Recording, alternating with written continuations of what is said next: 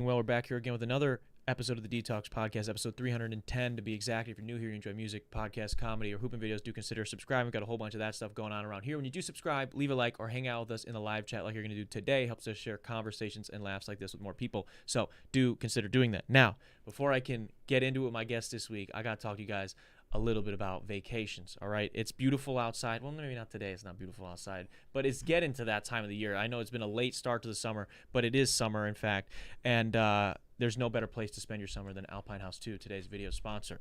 Alpine House 2 is a classic Swiss chalet duplex A-frame with a log cabin interior located directly across from the Ski Brule Resort in Iron River, Michigan. Surrounded by forests, lakes, rivers, more specifically Iron River, makes Alpine House 2 the destination for fishing, hunting, hiking, kayaking, etc. It's really beautiful up there, especially this time of the year.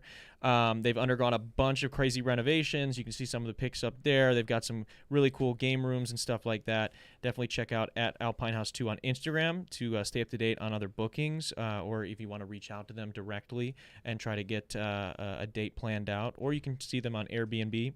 It's at Alpine House 2 on Instagram, at ALPINEHAUS number 2. Tell them Darren, Rita, Detox sent you, and they'll set you up with the great vacay. Now, you guys know I just mentioned this is the 310th episode of the podcast. I've been doing this for a minute, all right? When I first started, and maybe even today, it's not always been very good. There's been lots of problems. There's been issues. Camera's not working, mic's not working, stuff. I don't know what to do. Had I known today's second video sponsor earlier, it would not have been such a struggle. Impulse Cameras is here to help you skip some of that stuff that I had to go through at the beginning of this journey. Impulse Camera, located in Oak Creek, Wisconsin's Drexel Square, has everything you could possibly need for creative projects, whether it's cameras, lights, microphones, gimbals, or even just a space to record your own content. Impulse literally has all of it. They don't just have great gear, though. They also have an extremely hardworking, talented staff that will help you get the best gear that's going to suit your needs at prices that actually fit your budget. And if you're still not convinced, they've got a super legit rental program. So if you're not fully committed to something yet, you can check that out. You can get your hands on some gear, try it out before you buy it. Not to mention, they also offer monthly memberships to help you get extra discounts on gear and an exclusive access to their Discord. So check out at Impulse.mke on Instagram or impulsecameras.com to see everything they've got going on. They're also linked down below in the description, as well as Alpine House 2. So shout out to both of them for sponsoring this episode. Now, with all that good stuff out of the way, I'm excited to be welcoming back. We got to give a very, very wet welcome back to our guy, Joe Diamond, America's greatest mind reader. He's here in the studio. And America's wettest mind reader. Yeah, man. How have you been, dude? Had to make it weird within the first 5 seconds, Yes, of course. It wouldn't be this show without it. Yeah, I've been doing awesome. It's been a crazy few years since we last chatted around spooky season, right before the big move. Yeah, right before the big move. Yeah. So lots of moving and shaking for both of us. So glad this worked out for me to come back, and it's been cool to keep up to date with all the shows and You've everything. gone Hollywood on us a little bit, Joe. I've gone Vegas. You're big okay, time. I performed in Vegas. The check came from Hollywood. So, yeah, some mind reader. The envelope came in the mail, and I was like, why am I getting mail from L.A.? Oh, it's that TV appearance I filmed. I did Penn and Teller Fool Us on the CW. Yeah. They've been airing for better part of a decade and a half. Yeah. Over in the UK and here. And they don't like mind readers. I sent over 60 videos over the years. Wow. So when you've asked, when others have asked, hey, have you thought about going on, that show with Penn and Teller? Yeah. It's like, yeah, I've sent them stuff. They don't like mind readers. And the producers finally caved. Yeah. So don't give up after the 60. Send the 61st or 3rd or whatever it was. Oh, man. But so you really want to do this show. You were badly wanting yeah. this. I had a few friends that had done the show over the years, and I've had friends that have done other reality talent shows, and we'll leave it at that. Yeah. And some have gone really well, some not. Some haven't even aired. There's a few stories. What are like the least? Is there? I don't know if you can say. Is there one that's like least favorable amongst the mind reading community of those shows that maybe you guys kind of don't rock with?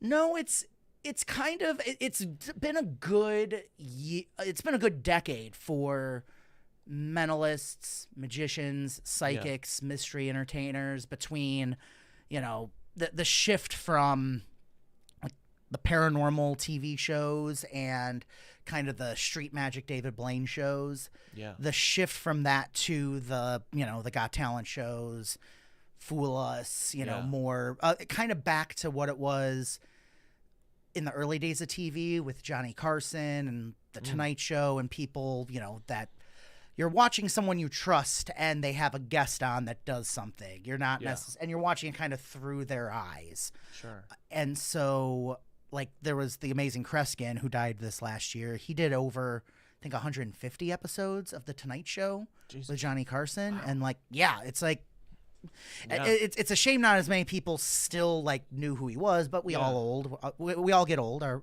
stars fade eventually. And he left behind a great legacy. And for the people who still knew who he was doing great shows even into his late 80s. And so it's always been on the fringes, even the most popular ones. Yeah. There was a while where certain reality shows it was all about buzzing whoever was not great, or the Gong Show. Yeah. I actually was approached by, I think I can say this now, I was approached by the Gong Show. What is the Gong Show? What is that? The Gong Show, it was in our parents' generation, and then it came back a few years ago, pre-pandemic.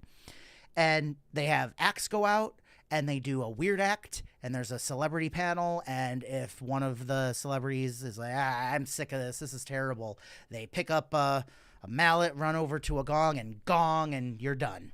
They did that in the 70s, and it came back a few years ago for 2 or 3 seasons, and they reached out to me, but they wanted me to. I sent them some stuff, and they were like, "Well, we want more of you can do more of a character, right?" And I was like, "I mean, I could, but that's not the point of doing a show like this. Yeah. If you wanted to hire me to be on a soap opera or something to play whatever. But if you're going on that show, I mean, the trade-off is to showcase who I am. Exactly, showcase what other people would potentially see you if they came and saw you for, right? So it's if you went on there and did something completely different, and then they're like, oh, that's Joe Diamond, and then they booked Joe Diamond, or they went to see Joe Diamond, and then it wasn't that, they'd be like, well, what the fuck is this? You know? Exactly. Yeah. And so that didn't quite pan out. I was approached, this is over a decade now, this was 2013, I was approached and auditioned and had multiple meetings. There was going to be this show on, I think it was going to be on the Travel Channel in the UK and something else here in the US, something along the lines of Travel Channel or whatever the reality shows are that have all that stuff, A&E or something. Yeah. And the premise was they were going to go to different cities and meet different magicians, mystics, psychics, and they wanted me because I had submitted something with a voodoo doll, because I was like, oh, no one's gonna have this. Yeah, the idea of the show, they were gonna be going around to find the weirdest and strangest, kind of like a what was the Anthony Bourdain show? Parts Unknown, or that's the food one, right? Yeah, where the point is to go and find weird, obscure food. Eating in a cave. Yeah. This was to go around and find weird, obscure magicians. Ripley's Believe It or Not for magicians, basically. Very similar to what, ironically, to what the latest David Blaine show on National Geographic was. I haven't seen that yet, but it was. We can talk about it. I can tell you. I actually had to take a break from watching because I got so nervous at one point. And that doesn't happen to me with these kinds of shows. Really? But yeah, it's pretty. It was. We can talk about that. Sure. But they were going to fly me to New Orleans. We were working on. I was going to do the thing. The one bit of Hollywood we can talk about too is we were working on ways to make my nose bleed on command. So it would be a final moment as I walked away from the people in the graveyard and the camera sees me and you know that kind of thing. So this went pretty far into it was very far. Out. We were literally I was the last phone call I got before the phone call that it wasn't happening was travel dates. Like which ticket do we buy? It was literally that. I had signed a stack of papers this thick saying, I can do this, I can't do that, and all that. And it was close enough to what I was doing. It was probably a little heavier and edgier at the time, and I'd never been been to New Orleans at that Yeah, point. yeah. So it would have been like, oh, we've come here to see. It would have been like insinuating I was from there, but I didn't care. This free trip to New Orleans, TV, all this. Yeah. The team was great, and like literally, I hung up. 40 minutes later, they call back. I'm like, oh, they must have booked the flight, and she's like, I'm real sorry, Joe, that it's not moving forward. It just, these things are always shifting. Did they go through with the show, though? Did they do the show? They never did the show. Oh, That producer I talked with, I won't mention her name right now. I'm still Facebook friends with her. We're still friends on social media. She has produced other shows with Netflix since then and other places, too. So she is still worked. She's worked with other performers and such. Yeah. And that's great. Yeah. I was totally bummed about that. And then right after that, there was a season of a show called Wizard Wars, which I auditioned for, but it was only one season, and I didn't obviously get that. But then right after that, because Penn and Teller were guest judges on that show, and then right after that, they did their first U.S. season of Fool Us, which had done very well in the UK. They had done like 2 or 3 seasons, so they started airing them here in the U.S. Yeah. And they did so well, they're like, okay, we're gonna film some here now. Yeah. And it was for people that don't know, too, not to cut you off. For people that don't know, for their show, Fool Us, right? It's they're two. What's their background? They're magicians. They're skeptics. They had a show on Showtime called Bullshit. Yeah. That ran for like 10 seasons. And so basically, people come on, right, to show, they do their act or they do something, and they see if they can figure it out. Yes. And if they can't figure it out, then you've successfully fooled them, and you get a big trophy that says "Fool Us" with the F and the U really big on it, so it says "FU." Yeah. And you get to come back and close their Las Vegas show. That's cool. For a night or two. And I have a few friends that have done the show. I have a few friends that have won the show, which is really cool. And I've worked behind the scenes with a lot of them, working on their script or working on making their stuff better on camera. Yeah. But it was just one of those things where, so on their TV show Bullshit, they covered, we were talking about astrology before. They covered on like why psychics are bullshit, why astrology. I mean, they went hard too. They did everything from, oh man, what were some of the more controversial ones? They did exorcisms. They did the Bible. They did like a whole episode on the Bible, like their first season. And it's like MythBusters, but on another level. Yeah. Way more nudity and swearing. Yeah, okay. For sure. They went hard, and that was like the kind of peak for them of like the skeptics who like break everything apart. Yeah. And they had a few mentalists on their first season that like while they're talking about the act afterwards, Penn was like, okay, just to be clear, he said that if you say these words, he can implant a thought. That is all, but that's not what's actually going on. What's actually going on is there's a thing in his shoe, blah, blah. So like they were like fully ready to just rip it apart. Now, as the years went on with the show, they developed more of a code back and forth with the performer, and also there's consultants behind the scenes on that. Like you don't get to decide if you've fooled Penn and Teller, like because people are like, what stops you from saying no, that's not how I did it, and winning the show? Like because there's someone else off camera, talking into Penn and Teller's earpieces of like, yes, you got it, or no, you don't. Yeah. And again, a couple of my friends had done the show that went really well, and I've had friends who've done other shows, and they've had a mixed bag, but consistently, the worst that ever happened with one of my friends on the show Fool Us was it didn't air. Yeah. That was literally the worst thing I heard about Which happens all the time in TV. Happens all the time, and they film like 60 acts a year. Yeah. And so to be like the one or two that, we filmed too many, like that's more so if, something ends up, they can't use it, or actually, I can tell this story now. The season I filmed, the week I was filming, I found out the night before I arrived, because you stay at the Rio, which is where their theater is, and you film there. Someone, I don't know who this was, I have my suspicions.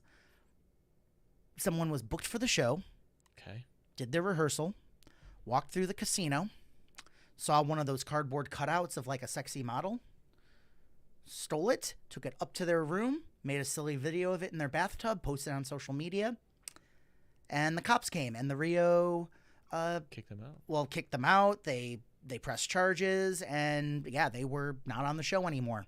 Wow. So hope that piece Bad- of content did enough. Yeah. which Bad they time. had probably had to delete anyway. So, Yeah. Kind of a bad time to like have your hangover moment. Like maybe save that for after you do the show. Like maybe film the show, come back to the Rio on your own dime. I'm wondering too if that was more of a like, we have to make an example. We can't let other acts get out of line or whatever. I don't know what all the, for lack of a better term, politics are for that. Yeah. Yeah, so you get on the show, and you've been wanting it for 60-some submissions, and then you finally get on, and you get there. I mean, we don't want to spoil the episode itself. Well, there's a few minor things. I won't spoil. Yeah, but I can say this now. So I got the okay. I got the. We want you in Vegas. We're gonna film these days. We want to book you. Everything that all happened end of March, beginning of April. Okay. And we didn't film till the beginning of August. And with media and, all this stuff, that's actually quite a long time in between pre-production, production, all of that. So I took advantage of that. I took a minor sabbatical from shows. I didn't book as many shows that for like a month that year.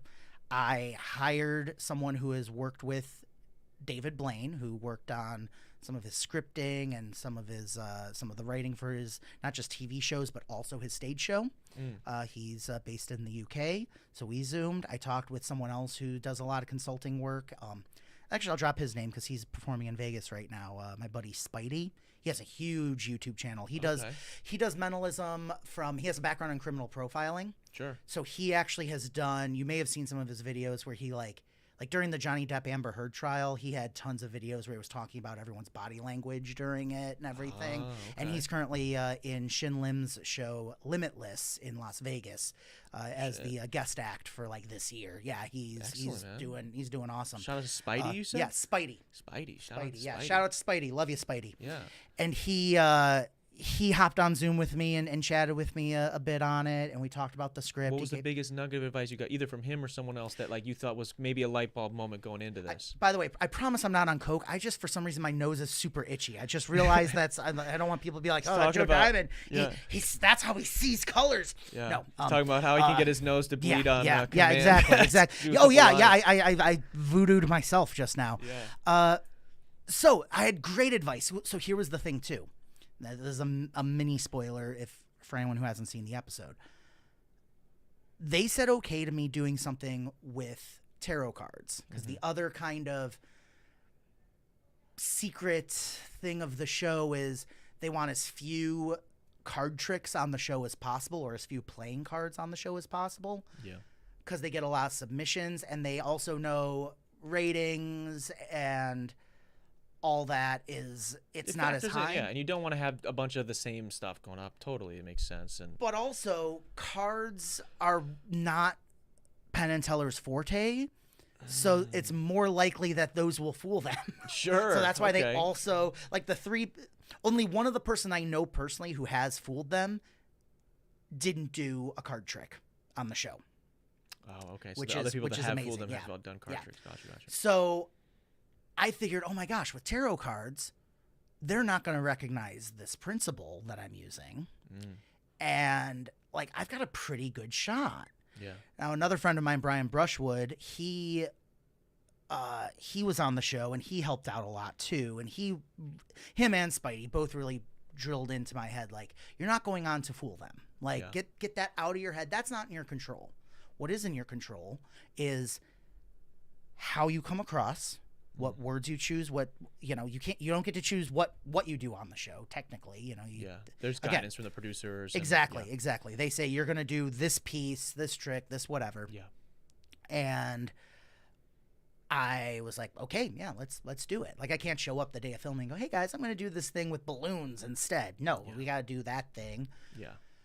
So I worked really hard on it from, again, April, May, June, first week of July. We're in our second Zoom rehearsal with the producers, the main consultant. Yeah. And the producers are like, yeah, you know what? We kind of like this better with playing cards. Do you mind switching back to playing cards? Shit. And the answer is yes, sir. Yeah, Yes, sirs. Of course. And I realized I had the curse of the good student because I was working really hard on the script. Yeah. Really hard. And I was sending them an update every single time I made an update. So with the tarot cards, the premise was that the artist who designed tarot cards, and this is true, she had synesthesia. She could see music when she listened to music like Beethoven and Bach. The tarot cards were the images that Pamela Coleman Smith saw as she listened to music like Beethoven and Bach. Yeah. And there's a joke in magic where you go, so the faces are all different and the backs are all the same, right? So the line at that moment was going to be, so that's why the faces are all different and the box are all the same, which I love. That was a great line. Yeah. Again, shout out to Spidey. Great line. Yeah.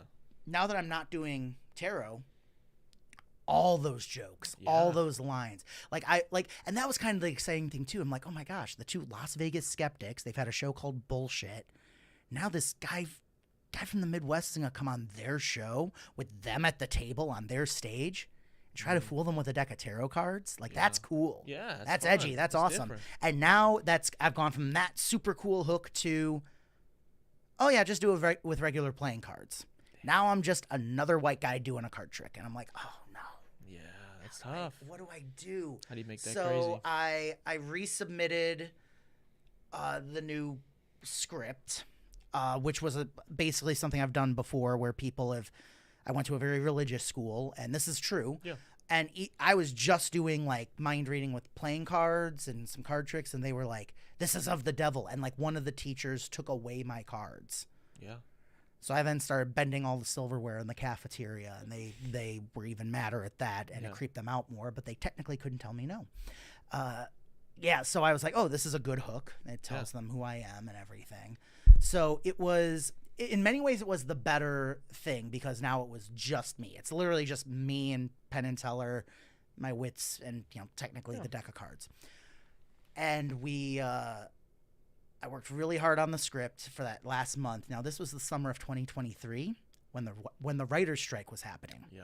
Now, Penn and Teller Fool Us is a reality show, so technically it's not, There's no writer, not the same kind of writer. It's not the same. Yeah, it's not. It's a completely different union, all that stuff. Yeah. There's joke writers, there's this, but like they're not being paid to write scripts the same way a movie and TV. Yeah, exactly. regular This is movie. reality. It's a completely there is a union, but it's a completely different union. Yeah. So my one friend calls me who had done the show before. He's like, "What are you doing?" I'm like, "Oh, I'm working on the Fool Us script. They want it with playing cards now, so I'm rewriting it and coming up with this. I'm coming up with that." And he just starts laughing. I'm like, "What, dude?" And Bill goes, "Dude, you are the only writer in TV right now." Yeah, China. Yeah, at that point. I was like, yeah. "Oh, that's cool. That's kind of cool." Yeah. But because I had sent them so many updates, like if I made when that one joke was added by Spidey, I put it You'd in the have to let 'em script know. and sent it to technically that's what I kind of assumed. Everyone else who goes on that show, they're doing stuff they've done for years. Yeah, yeah. For the most part, and so very often the first time they actually put it on paper, write it down, is to send to those producers, and they don't work on it again until like the video rehearsals. But I kept sending them all the updates, so they knew I was a good student. Yeah. So they knew if they told me I needed to make this change, I'd be more likely to make a change than someone else. Yeah, your name was popping up in the inbox so many Yep. times. They're like, "Oh, this guy. Yeah, we got this Yep. guy. Yep. Whatever we want, we Yeah, can do. yeah, he'll be able to do it. He's got it. We can look at the 60-some submissions from Yeah, before. yeah, from before. Yeah, Yeah. exactly. And when I talked with Brian Brushwood, he hosts Scam School, Scam Nation, Modern Rogue, those big YouTube channels, and he did their show a few years ago. And he used to do something called psychic surgery, where you like apparently go into someone's stomach and pull out some of their guts and stage blood and stuff. But he did it. The gag he added to it is that he did it as a card trick. He pulled the card out of the guy's stomach. Yeah. And even for that, they made him not make it a card trick. They made him use like a bill or something. And he's like, "Dude, as someone who did a literal blood and guts card trick," and they were like, "Don't make this a card trick," and they're saying, "It's okay if you just do a card trick and read their minds and do your personality. That means they like you. This is a good sign." I was like, okay, yeah, this is good. This is all right. I'm very happy with this. And but I also knew if they saw it with playing cards, like they were going to recognize it. So I won't spoil the very, very end, but if you do watch it, let's just say I used that to my advantage. Yeah. And during the interview, which they swapped hosts that season too. It used to be Allison Hannigan, and that season was the first season with Brooke Burke. Okay. Like my childhood crush from when I was a child. Yeah. And they were like, "Do you have any good stories for Brooke to ask you about during the interview?" While Penn and Teller are deliberating of what they think you did. And that's the other thing. Like sometimes they're just in those seats and you're up on stage doing your thing. Yeah. And they were like right next to me, like here and here, super close. Right on everything you got going on. Yeah. I wasn't doing any sleight of hand, so I knew that was an advantage for me too. When they saw cards, they would probably think sleight of hand. Yeah. And when they heard mind reading, they would think other typical mind reading techniques, not something as complex as I actually was using. That's the other funny thing too. There's a video of me teaching what I did on Fool Us. Yeah. Like it was on Brian Brushwood's channel. Yeah. Like if you type my name into YouTube, the first thing is that video of me on Fool Us, and literally the next video you see will be me teaching that. Nice. It's 20 minutes long, and if you want to go through it all and break it all down, all the different things you got to keep track of and remember and everything, go ahead. But even before like Fool Us was even a glint in my eye, I had some audience members and some regulars at a venue come up to me going, "Oh, I watched that one video of you doing that thing. Yeah, I had to turn it off after 10 minutes. I couldn't follow it." So, there you go. Yeah. So they did say that what I did took actual mental effort, which again, for people who are like, "Oh, mentalism, mind reading, it's that we don't like," for them to say, "Oh, no, this is the legit. This is." Yeah, that's a good stamp. That's a great stamp. So for them to say that, for them to say this is the kind, this is the kind of mentalism we love best. You're a wonderful performer. We like you, right? Like they are saying all the things. Yeah, you want them to say. And while we're doing the interview, Brooke Burke asks, "Oh, so I heard you learned palm reading. How'd you learn palm reading?" And I was like, "Oh, those producers."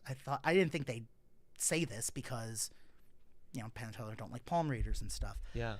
The way I learned palm reading was I had a book, and Brooke was on Wild On, that travel show she was on in the early 2000s. I taped a bunch of them, and I literally paused at one point where her hand was reaching out and tried to read her palm. Wow, dude. And the joke I said to them was, I wanted to see if her and I were soulmates. We're not. Yeah. I just said that to the producers to be like, "Oh yeah, this is something funny." This is fun, yeah. But now she's asked, and I'm like, "Oh, I gotta tell Brooke the story now." Jeez. And then she goes, "Oh, well, can you read my hand now? Can you read my palm now?" And I'm like, "Okay, the creators of the TV show bullshit are right there. Yeah. I'm in their theater. I'm in their house. I'm on their stage. It says Penn and Teller in big giant They're letters. Deliberating right now. They're deliberating, and there's also a little bit of they're talking. You don't see it on camera, but there's a little bit of a like a little bit like, "Oh, what's he gonna do? Oh, it's not our job right now. Well, whatever. We'll tell them to cut it if it's not what we want or whatever." So I made a few stupid jokes. And then just told her she actually had something which not everyone has, which is a sister line. It's a line that runs parallel with your lifeline. Everyone has a lifeline, but not everyone has a sister line. Yeah. And that usually means good luck or a guardian angel or something. So I got to say that. And she's like, "Oh, that's wonderful." And she hugged me. Big time. And I'm like... How was 8-year-old you feeling in that moment? I know it's somewhere... I know you're married, but... No. Bro. Okay, so a couple things about my wife, Lindsay. Okay, for me to tell you exactly what she said does technically spoil it. I won't spoil what I did at the end, but the way my wife says is she goes, two things, like he has a shot with Brooke Burke, and second of all, she's like, "I don't have to find a place in our apartment for a hug. I have to find a place in our apartment for a big gaudy trophy if he has that. Like I don't have to for so it was like, okay, yeah, perfect." Yeah. But here's the thing, like, that's amazing. They're still deliberating, and she has more questions. I purposefully just bombed those questions. I was like, I just gave like, yeah, a little bit. Even when she had like a really good question that I wanted to like talk more about, it's like, oh, that's a really tough question, you know? I think even the people, because in my head I'm like, don't give them anything as good as her hugging you. Yeah. Don't even air the trick. Don't give me a trophy. Like, just air her hugging me and reading her palm. I will be a very happy mentalist. Yeah, exactly. Yeah. And they did. They did. Yeah, and man. so that came off great. And I just imagine some guy in the editing room like, God, this Joe Diamond guy, he's not giving me shit, man. All I have is this hug. Well, so here's the other thing. It's funny you mentioned the editing. We did 2 takes. Whoa. I was performing, I'm doing all the jokes. They get to see you do it twice? They weren't, well, they can, but that's not the way it normally goes. So what happened was the main consultant told me to do something. You know, if someone wants to watch the video and you'll understand what I mean. What can they stream this on, by the way? It's got to be on something. It's on the CW app. It's on Joe Diamond Live on YouTube. It's on Vimeo. It's everywhere. Yeah. Just search again, Joe Diamond Fool Us. Yeah. It's on And we've got the Instagram link down below. Yeah, it's on my Instagram. Yep, exactly. So, and if you want to find out how it's done, again, watch the video right underneath. Yeah, watch the 20-minute video and comprehend it. Basically, there is a point where I shouldn't take my eyes off Teller, and the producer or the one consultant told me to. He's like, "Don't worry about it. If he does what he's not supposed to, I'll say, hey, we need to start over. There's an issue. They won't know they did something to screw with the effect, but it'll make it look better for TV." So I'm like, okay, I'll trust you. You are the biggest, consultant in this industry. You've worked with all these other acts. You know what you're talking about. And Teller did what he wasn't supposed to do. So I keep going. And I'm like, okay, well, just do the jokes. Keep going. Wait for the voice of God to say, hey, we need to start over. It's still seared in my memory because it never, this part didn't air. The voice never comes. Like, I'm doing the script, the voice never comes, and it gets to the point where I gotta read their minds and go through the deck and take out their cards. Yeah. Like, it's like, I'm like, well, yeah, you gotta be, shook a little bit at that point. You were expecting to start over. Yeah. And I'm like, well, this princess has to save herself. There's no one coming to save her. Yeah. And I'm the princess. Yeah. So I go, and that's, Mike, are we okay? Now, this is Mike. Yeah. And the mic was under my shirt. The main consultant guy's name is Mike Close. Yeah. So that was my way to stop for a moment. One of the producers comes on and says, yeah, Joe, your mic's fine, but we're talking over something. Let's give us just a second. Everyone hold, please. We hold. It's kind of awkward. And like, hey, one of the cameras wasn't rolling. We need to start you over from the beginning, Joe. And the audience goes, oh, and Penn Teller go, oh, and I go, oh. Another thing, I was the last one to film that day. Wow. Oh, wow, yeah. And 2 other acts before me had fooled them. Damn. Live audience. The live audience is tired. They've seen Penn and Teller perform. They've seen 2 people, 2 people fool them. Now, again, out comes just Mr. Midwest with a deck of cards. Like, what's going to happen? And now you got to redo it. And now we got to start over. So, yeah, so it's like, So I go, it's okay. My one mentor said, enjoy every moment. So now I get to enjoy every moment twice. And as we get reset, we get back to 1. I realize, they're going to see the whole script, and they're going to notice that I'm going to be very specific about what to do now. I went from like a 50-50 shot of them. They're 100% going to know this. Yeah. So I'm like, okay, well, have more fun, have more fun. The other weird thing happened. It's the closest I've ever had to a real life Groundhog Day, because we do shows, we have audiences, but every audience is different. Yeah. So they sometimes always laugh in the right place, but sometimes they laugh harder or softer. and that's always a different audience. I'm about to do the same thing for a whole other audience, for a for the whole same- same audience. It's not like they brought in a whole other group. So I do the first joke of, of my introduction, and it gets a huge laugh, way bigger than the first take. Mm. And I do the next thing, huger laugh. I tell her, look at me, make sure I don't peek. Instead of just doing his little looking at me, he really leans in. He's like, gets bug-eyed and gets right in my face. Yeah. I say there's a line at one point where I tell Penn I have a tingling sensation. And the first take, he was like, yeah, I think I feel it. And the second take, he was like, me too.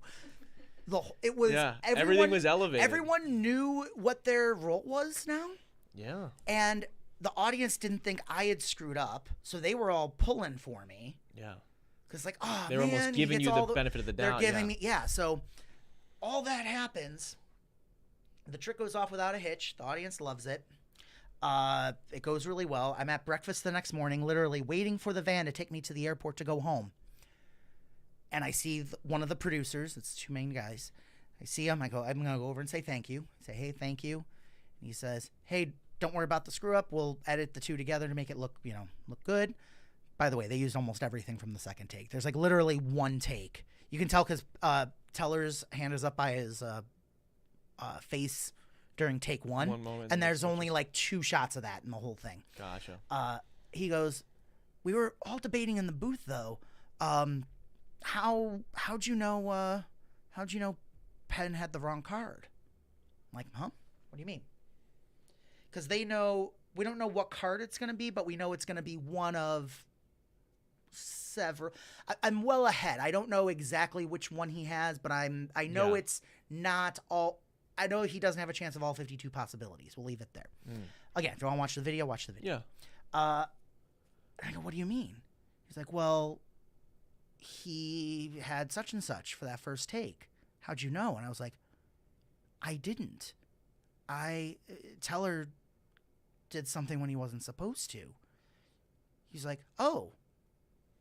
Yeah. I was like, well, why didn't Mike call cut? And he's like, oh, Mike wasn't there yesterday. He was in the hospital with COVID. Oh, and I was like, no. So wait, so you're telling me if I hadn't spotted Teller's screw up, I wouldn't be, because I completely missed Penn's screw up from earlier, I would have started looking for so basically the story would have been completely different. The audience would have seen me fail getting their cards. So now they're just watching a guy at the end of this filming. And it takes them a few tries to find their cards. Oh, Jesus. And they're like, oh my God. And I just look at him and I go, the magic gods saved me. Yeah. And my mentor, Eugene Berger, taught me that principle, that effect over 20 years ago. He's no longer with us. I realized on the plane back that was filmed on August 8th in 2023. He passed away in 2017 on August 8th. Whoa. So I'm like, something was going on, man. Eugene's ghost saved me. Yeah. Oh my God. And what's up with Mike, man? We need to get him some vitamin C because he almost blew that shit for us, bro. Someone needs to make sure his immune system is okay. He can't be getting He is COVID. okay. I've emailed him and talked with him since, and he was great. He was right for because we got the 2 takes. I mean, you still got it. You still got it. Yeah, exactly. But exactly. He's scaring us, man, just a little bit there. That's terrifying, man. So long story short, I got, it took me 60 tries. I got all the way to Vegas with a, no sleight of hand required, but mentally difficult, card effect. Yeah. And it still took 2, that's the scary part of people like, do you want your own show on TV? I'm like, I went through 4 months of all of the writing and the working and the consulting. Yeah. And then the months of waiting for it to air.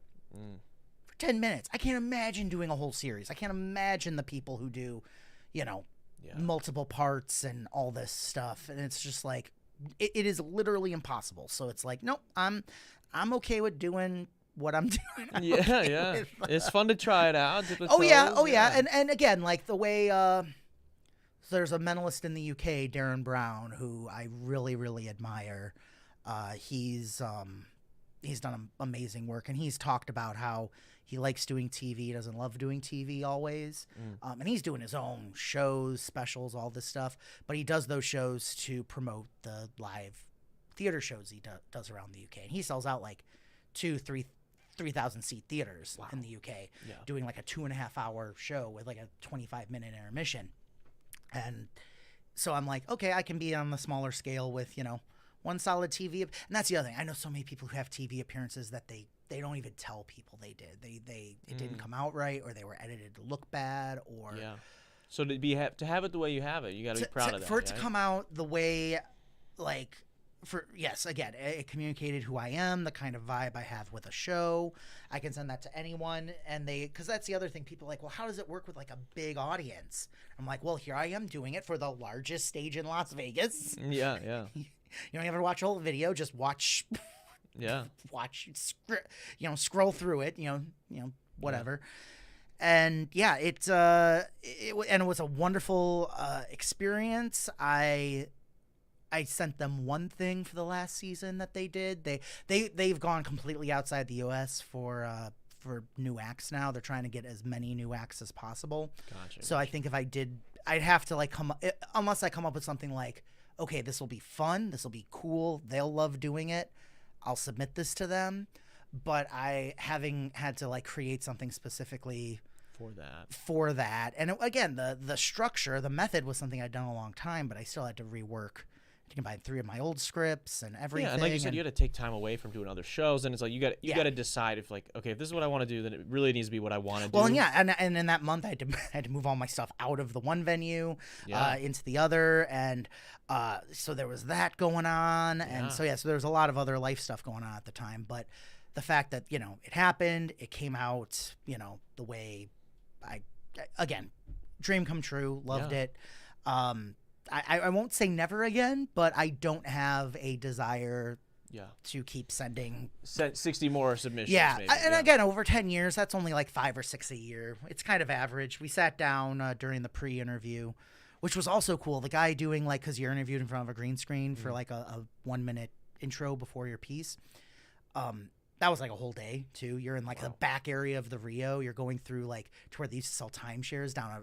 You feel like you're gonna get killed in a mob movie or like go in. Yeah, it is. Yeah. But the guy who did that, he did a great job. We actually talked. He actually was good friends with the director, Stuart Gordon. He made Reanimator, a bunch of like old B movies and stuff, and so we talked about that. He knew him while he was alive, and so that was cool to talk to him about that. And it was a real fun experience, and got to see a few shows while I was out there, and because you work all morning and then you got the afternoon off. You don't. And you're in Vegas. You don't have to call's not until 3:00 the next day, and it's noon now, so it's like okay. Yeah, got some time to kill. Exactly. Excellent, man. Well, first off, congrats on Thank that. you. Because I know that's a huge opportunity for you, and that's super cool. And the roller coaster, it sounds like that it was, can be a little draining. So I mean, shout out to you that you've successfully done that and closed the chapter on that for now at least. Thank you. In listening to you talk about it, and we've had you on a few times now, so we know people that have listened to the show, they know a lot of maybe like the coming up story, and now they get to hear about this, which is amazing. For maybe somebody that has the itch, that is like, maybe I could do some mentalism. Maybe I'm psychically inclined. Sure. What would be, even if it's the most like simplest thing, because I know you guys can't like give us like how do you do things, but what's like something that maybe a regular person could pick up on that could maybe be useful in regular life, right? Because I interview people all the time, so there's like little things that I've picked up over the years, but some of that translates to real life stuff, some of it doesn't. But for you, I mean, you guys are able to pick out a specific name, all these crazy things. Is there anything you can take from what you do and put it into like hey, here's how a regular person could use this? Yes, the way you can use this in your everyday life without needing to buy a book, without needing to search through a bunch of YouTube videos or anything. Yeah. I can sum it up with trust your gut, trust your intuition, and pay attention. Really pay attention to people. Like, we really don't pay attention to people as much as we do. or as much as we used to, as much as we could. Yeah. There's so much we process completely unconsciously. You can call it intuitive, you can call it psychic, you can call it, again, psychological, whatever. But there is so much that, we've all had hunches. We've all had intuitions. Yeah.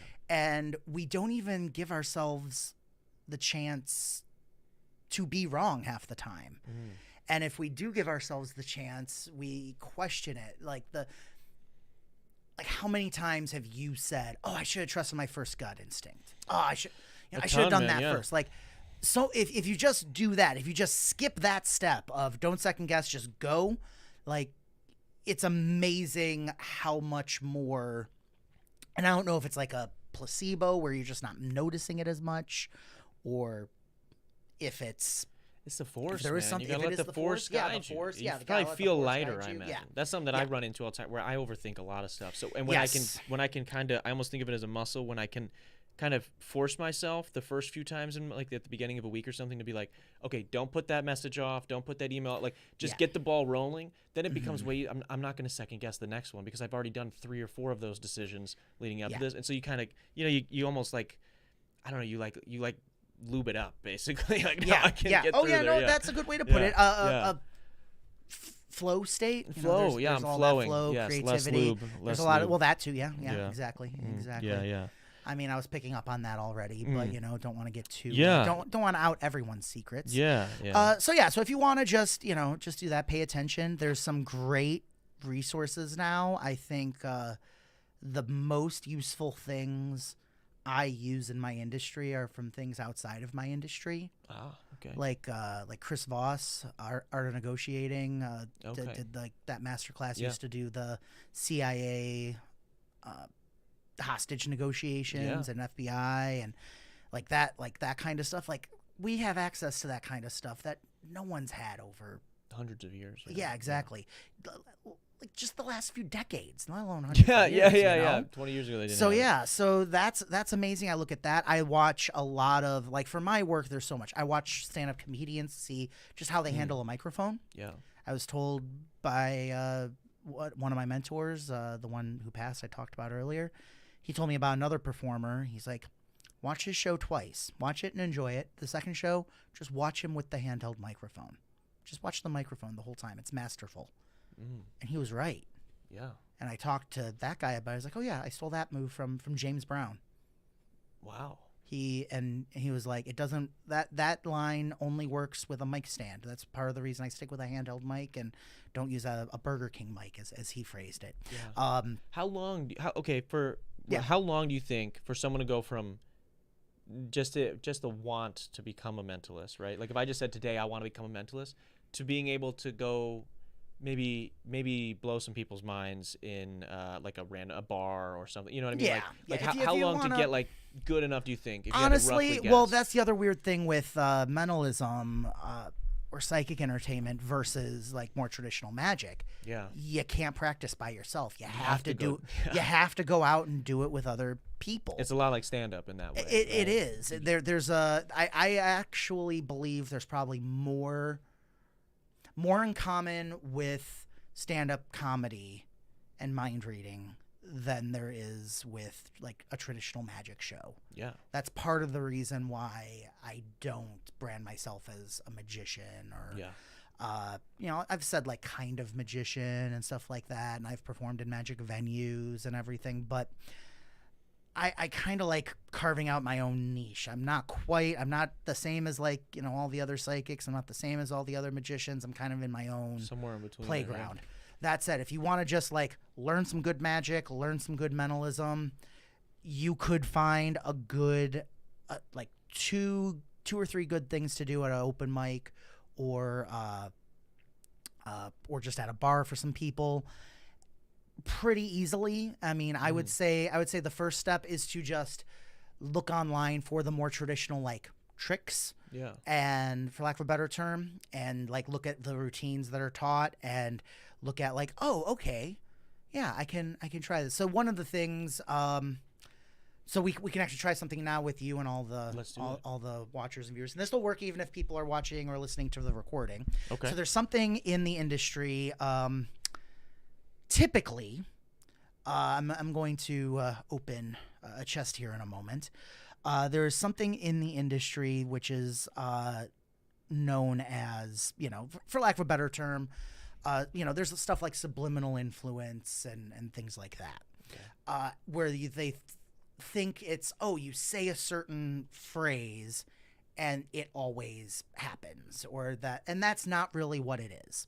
So again, a big part of it is just paying attention. Yeah. So here's what we'll do. I'm going to I'll write something down. Okay. I'm going to keep this out of frame on the camera here for now. Sure. Because I don't want you to see it quite yet.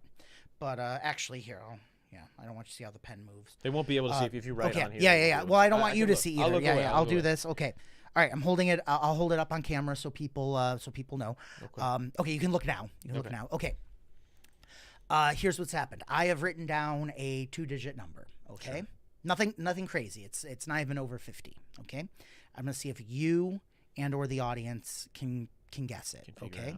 Now that said, we have done stuff like this before. Some people watching probably haven't. So I'm gonna give everyone 2 very small hints about this 2-digit number. Okay. Okay. The first is that both digits are different. So like 22 wouldn't work. No repeating digits. No repeating digits. And also both digits are odd. Both single digits are odd, and they are different. You got one? I do have one in mind. Okay. I'll show you. I wrote down 37. How close did you get? That's insane. Yeah. Is that's what you got? I literally, in my head, it was a 31, but I drew my one. Okay. So that was more on my fault. Okay. It is 37, but you're right. I did make it look like a 1. So here, we'll do it again. What the fuck? Yeah, dude? right. Okay, so here, we'll do it again. I'll do a different 2-digit number. We'll make it over 50 this time. Okay. I'll kind of don't watch how the pencil moves. Okay. I'll close my eyes. Okay, set that down. Okay. Now, okay, I'll give you 2 small hints about this. Again, it's completely different. The one similarity is that both digits are different again. However, this time both digits are even. Okay? Okay. Got it? I'm just gonna eat it. I'm wondering if it's you or someone in the chat who got this reversed. Either way is fine. But I wrote down 68.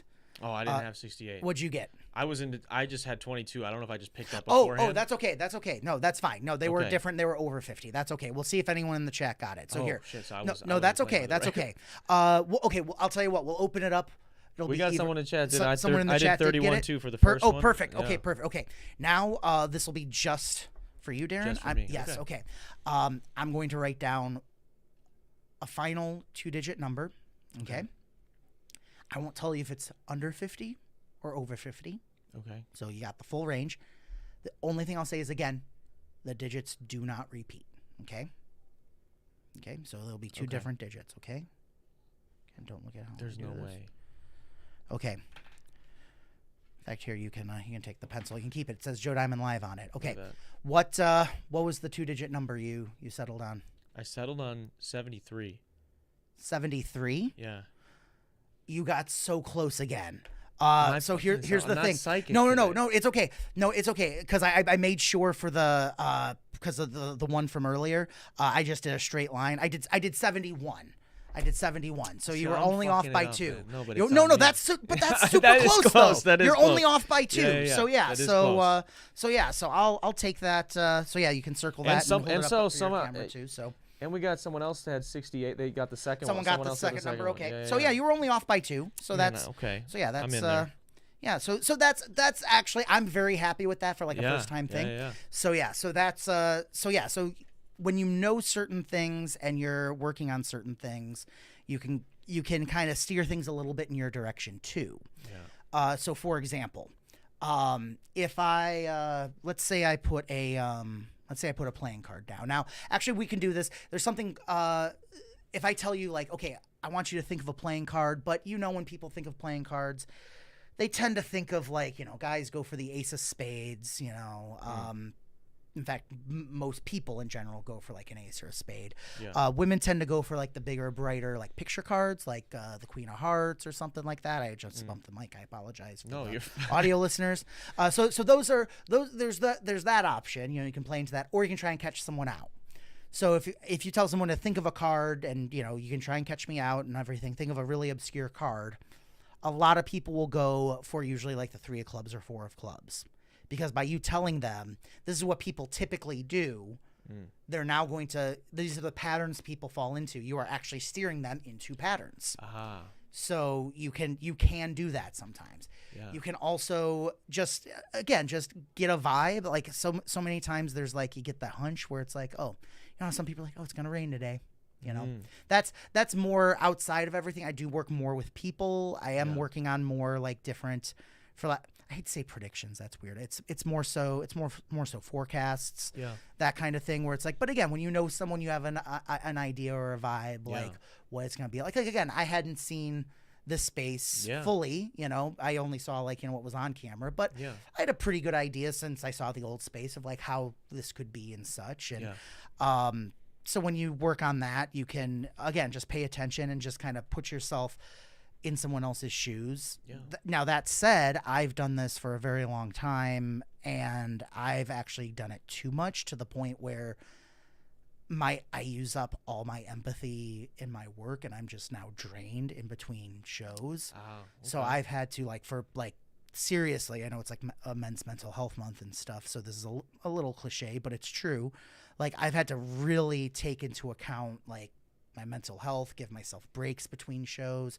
Because when I'm taking on, as much as I keep everything fun and energetic and light, I'm taking on all that plus everything from like doing a show. Like I want to be as good of a performer and funny and interactive. Like I'd rather have the whole show. I'd rather be wrong with everything in the show. Like way off, like even more than off by 2. I'd rather be way off, not even close, but we had a blast. Then we got it right, and no one cares, and no one feels. Yeah. How do you do that? How do you? Because I saw you talking about this a little bit on your Instagram. How do you balance the mental health with performing? Because you're performing a lot, man. You're doing a lot of shows, a lot of gigs, and what you do is not. We were talking about this a little bit before we went live. What you do, right? Like if you go in and you're working for like 4 hours straight. That 4 hours, which all due respect to everybody that's worked retail, worked fast food, I've done those things, right? Yeah. I can shut my brain off a little bit, right? I can be like, oh, I'm just putting the box here, I'm doing this thing here, oh, I'm just flipping the bird, whatever. And there's nothing wrong with that. And there are aspects to my work that are that, loading up my case, making sure, But mostly for those 4 hours. But for the actual show, for the work, when I'm working with people, you can't really have like a stand-up comedian can, if they're doing all jokes that they know, they can kind of lock into a little bit of autopilot, and you can't really do that with mind reading. I try it, there's so much of it where it's like it's completely improv. In fact, the show I do at the Maxwell Mansion each week in Lake Geneva, there's a point in the show where it's my favorite thing. I think I do in any of my shows. It's not the most amazing thing by far, but it is and it isn't, but you'll see what I mean.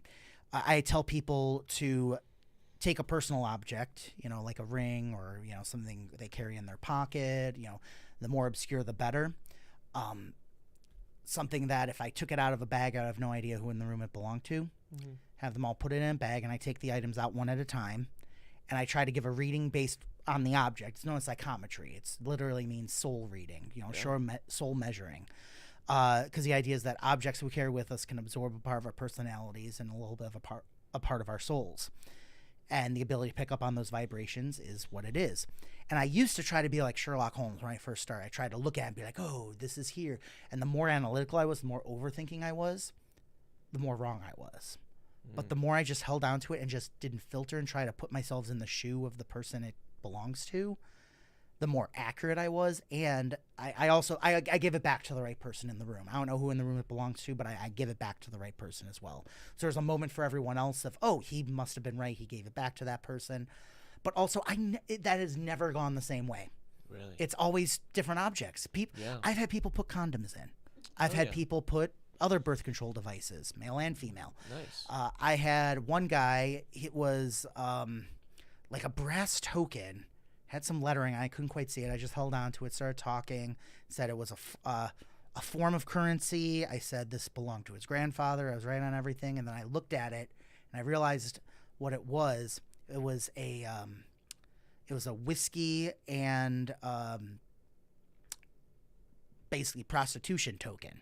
Because in the Old West, when prostitution and bootlegging and all that was illegal, yeah, it was illegal to exchange money for that. But it wasn't illegal to get this worthless brass token that you paid $20 for. Bartender gave it to you. Then you went over to someone else, traded it for a drink, or traded it with a gal who then went and. So it was like eventually that got outlawed too, of course. Yeah.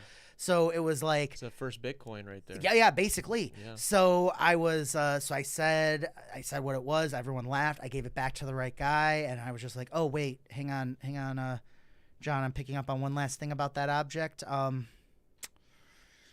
Yeah, sorry, it's expired. It's no longer valid. Sorry. Yeah. You know, and like, you know, those little moments that will never happen again, could never happen. I loved watching Whose Line Is It Anyway growing up. Yeah. You know, all those moments of like, like, yes, again, having just done TV and watching the show now, especially back to back, you're like, oh, yeah, they filmed like for 5 hours straight, and they aired the best 3.5 hours of it, you know, but that's still, you know, a lot. But still, like, man, let's just laugh until I cried watching that show. And, like, moments like that where it's like, oh, my gosh, you couldn't have ever even planned that. Yeah. That, to me, is, like, that's the sweet spot when it comes to, again, a mind-reading show, a psychic show, where you get to the point of, oh, my God, that was so random.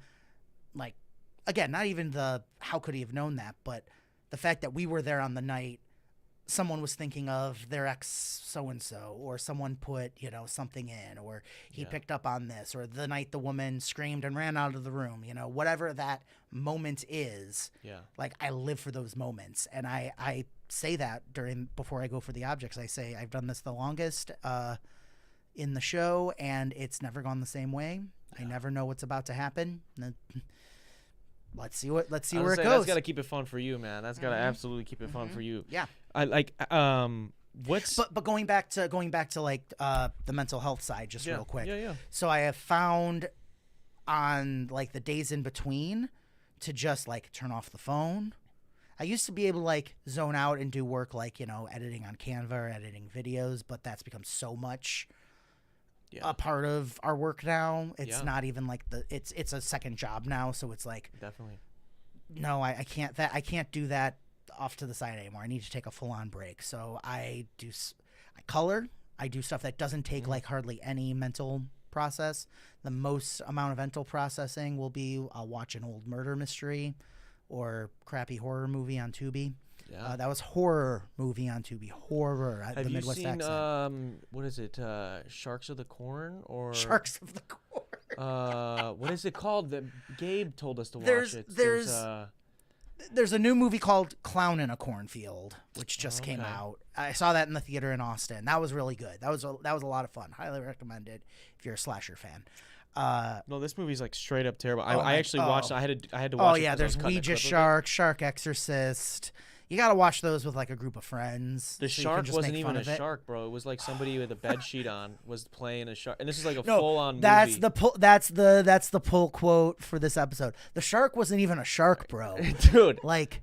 I want that on a shirt. Can we make that happen? Can someone put the shark wasn't even a shark, bro? It's just disappointing, man. Hey, they made a movie and I didn't, so there's, you know, props to you. That's fine. Go forth and live your dream. But also, we're allowed to make fun of it now. Like that's the trade. That's the trade of putting your thing out in the world. That's true. But it again, sometimes you want something. The cheesy I like is like that sweet spot of like mid 50s to mid 70s where it's like Peter Cushing, Christopher Lee, famous for, you know, Dracula and Van Helsing. They did other movies for the Hammer Studios. I saw one called The Creeping Flesh recently.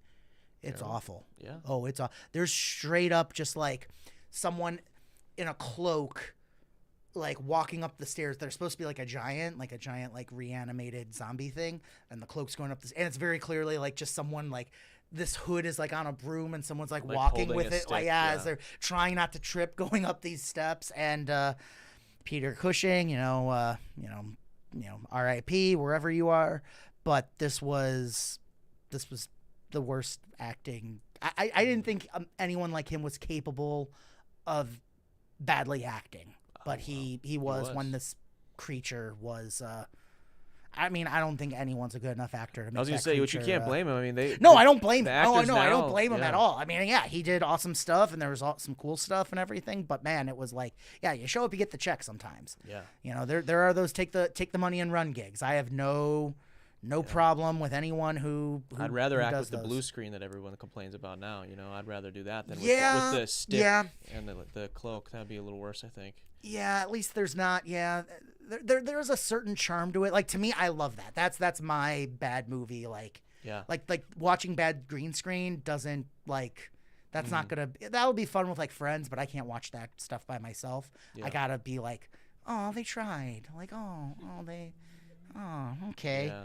Yeah. They then went and made 5 more Dracula movies right after this. So, yeah, but it's Fair. so like that's. But again, I don't make like the most I do with like my horror movie like love is I write reviews on my threads. I do quick horror reviews on there. A few movie reviews and stuff. And some people are like, oh, you should be on Letterboxd. Oh, you should do quick, do those for like TikTok videos. It's like, no, Let me just have this. yeah, Let me not just let everything this has to be a side hustle. Yeah. I agree with them to a certain extent, but I also like don't. That's not my passion right now. If it is one day, sure. Yeah. But for now, it's no. I like what I'm doing now. I like what I'm creating now, and yeah, I get to give people their own kind of Twilight Zone experience in real life, which is amazing. And I know I won't be able to ever really fully do that for someone, digitally, but also a great, Gordon Ramsay, you can't taste his food through a screen, but you still know who he is and you like him. Yeah. Or maybe you hate him. I don't know. You have a feeling about him one way or another. Yeah. So like, I'm still doing my best to like connect and, reach out beyond, I mean, again, the technology and everything we have now you'd be foolish to not use it for what we do. But like, again, like for me, it is I don't make content for the sake of hoping that content, goes super far and wide and everything. That's great if it does, but I want to make something that I'm proud of. And we were talking about this before, something that will be evergreen, that even if like the format, the algorithm, all of that changes. Yeah. Doesn't matter. George Carlin clips still go viral. Steve Martin clips still go viral. If it's good, it doesn't matter how the medium changes. It will be good Across it. Of course. Far beyond. I So think that's what I try, but also take breaks. Try take to break. take What do you do breaks. when you're taking a break? Right, when you're taking care of your mental health. This is Men's Mental Health Awareness Month, I believe. What does Joe Diamond like to eat? What are some? You gotta have like those meals that are good for the soul. Maybe they're not good for the body. This has been you hit on a topic that is currently a mental health discussion point with Joe Diamond and his therapist, coping with food. That's definitely been happening in the last few years. Is it an escape for you? It is for me a little bit. Oh yeah, of course, Big time. Of course, like, are you kidding me? Like, yeah. Like there's nothing better. Sometimes that's the thing I'm looking forward to the most. There's nothing better than ordering a pizza, getting in the shower, and by the time you get out, the buzzer, and it's like, oh yes, it's here. Oh, that is great. Yeah. What do you like on a pizza? I just like classic pepperoni. I'm not Ooh, super. nothing wrong I'm with not that. super. So there's a couple specialty pizzas I like. I like chicken Alfredo pizza. There's a few pizza. good That's ones a good that pizza. are good with that. I don't feel like we're in Milwaukee right now. I don't feel like Wisconsin gets the proper pizza love. Yeah, we should though. We got some good pizza. I finally had New York pizza recently. It's very good. Yeah. I semi-agree with Chicago pizza, which I also love, but Yeah. my wife says it's a casserole. A lot Jon of people, Stewart was yeah, right. Yeah, It is. I but- don't disagree, but I still But love it's it. a very good casserole. Like, would you rather have that casserole? That pizza flavored casserole. Whatever. That's fine. But like, if you get pizza at like a dive bar in Wisconsin, for some reason, it's going to be some of the best pizza you'll ever have. I didn't realize till I visited other states and like just had pizza at like a random bar in like Ohio, and was like, oh, this is bad. Yeah. This is like not even as good as like a frozen pizza. Yeah. Like what? Like we are spoiled. I obviously because of the cheese, but like I think like Wisconsin, like go to and everyone will talk about again the cheese, but the cheese curds and the beer and everything. Yeah, yeah. But like I always tell people if they're in the Midwest, I'm like get a Wisconsin pizza from like a local bar that's been there for like 15, dude. It'll 20 be like years. the like bottom half of the back page of the menu would be like 3 items. It'll be like we do 3 little pizzas, and it's like not even their focus, and it'll be so good. Or it will be the whole back page. Yeah. They'll have like the sandwich, and then the whole back page is all the pizzas. Yeah. There's no in between. But it's not even like what they do. Like it's not what they're known for or anything. It's just like we just also make a great pizza. Yeah, you're like, exactly. Shit, dude. Exactly. Hell yeah. Exactly. I'll rock Hell with yeah. it, man. So there's that.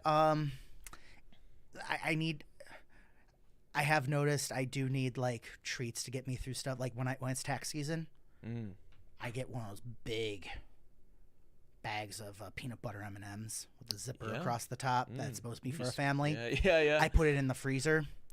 Like 2 days before. Well, because here's the thing too. Because like when they're next to my little office is up in the loft, and we're on the third floor, the top floor of our condominium.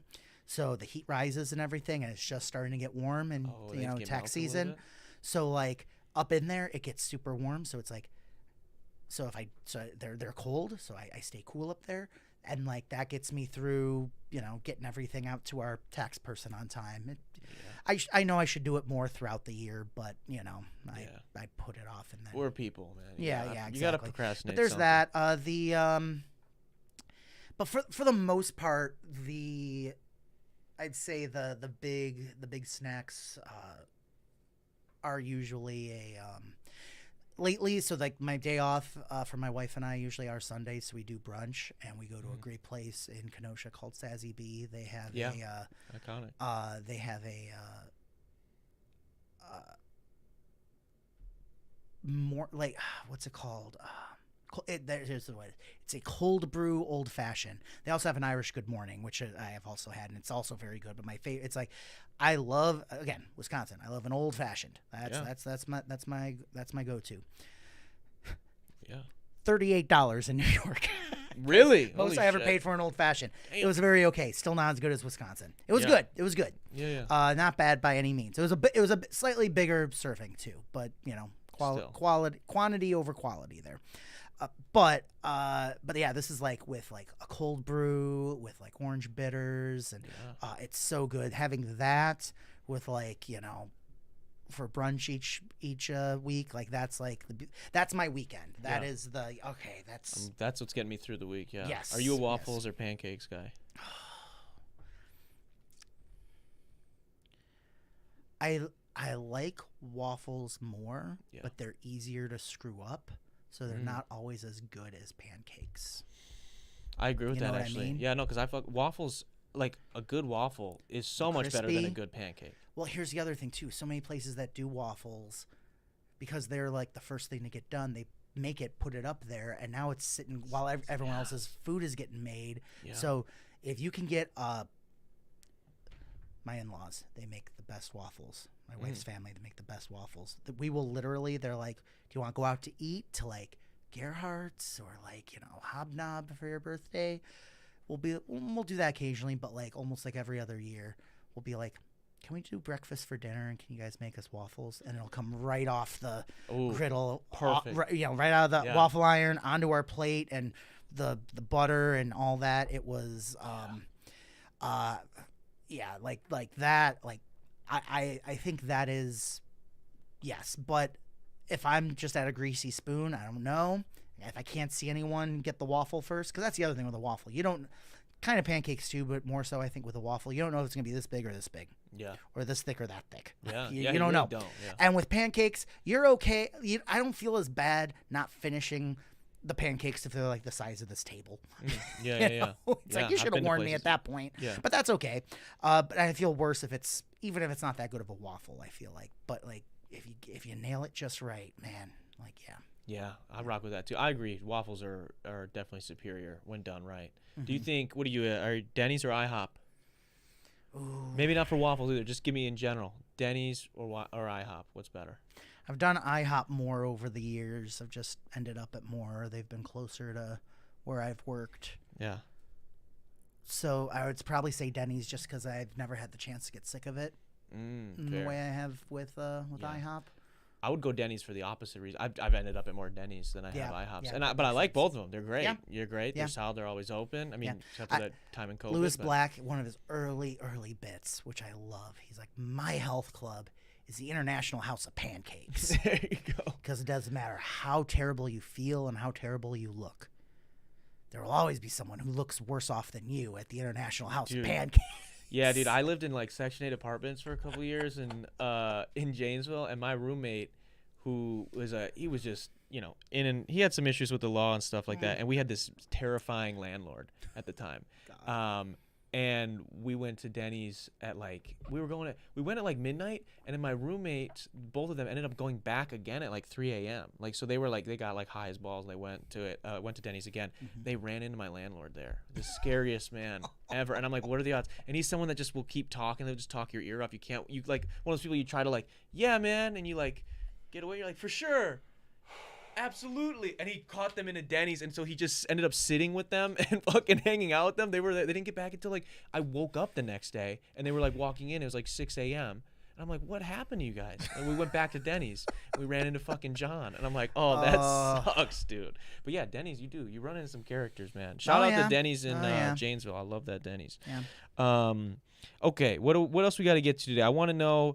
I asked you this a little bit before we went live. I want to get to this, and then I want to do maybe a little bit of. You don't have cards on you, or do you? I do, but there's the thing I mailed you as well. Yes, that I want to get keeping, to that too. Keeping secret, yes. keeping safe. I want to. Okay, first before we get to that, let's quickly give me the Cliff Notes version of this, because I'm interested. People have heard your story a bunch on this show. We've talked about your you coming into who you are now, and now we have this big success with the Penn and Teller. I want to know, what is the toughest part for booking for Joe Diamond when you're maybe on those earlier stages, or even now, because that's the thing. We get a lot of musicians on the show. We do a lot of comedians, and we talk about different rooms. We talk about different dealing with different splits, room splits or door splits and merch splits and stuff like that. What does it look like for Joe Diamond? What is the biggest maybe annoyance for you when it comes to that? The biggest annoyance is it's the inconsistency. Really. I mean, I'll have someone reach out to me for a show that's, it's quite a distance away, so I charge based on the travel time and all this other, especially for corporate. Yeah. Real quick with mentalists and magicians and psychic entertainers, there's there's the grand goal of corporate work, because you get several $1,000s per gig, and I've always liked doing corporate work, but I also never got why we all talk about how, oh yes, we're not at a desk, we do all this so we can keep working for corporate, you know what I mean? Yeah. Again, I will do a show. I don't care if it's someone's basement or if it's a ballroom for a big company. If I have a chance to perform my art, I will do it, and I will be grateful. But I'm not gonna and there are some people who brand themselves completely on I am a corporate performer. I use this language. I do trade shows. I do this. I do that. Yeah. And I know a few that are in the top. I think that's the other thing too. I know all the ones that are at the top of that game. Yeah. And it's I know A, I'll never be that good, and B, so that's why I don't have the desire to. Yeah. I want to do my own thing. I don't want to be the next them. I want to be the first me. Yeah. So if corporate work comes, I gladly corporate accept maybe it. More consistent is kind of what you're getting to. No.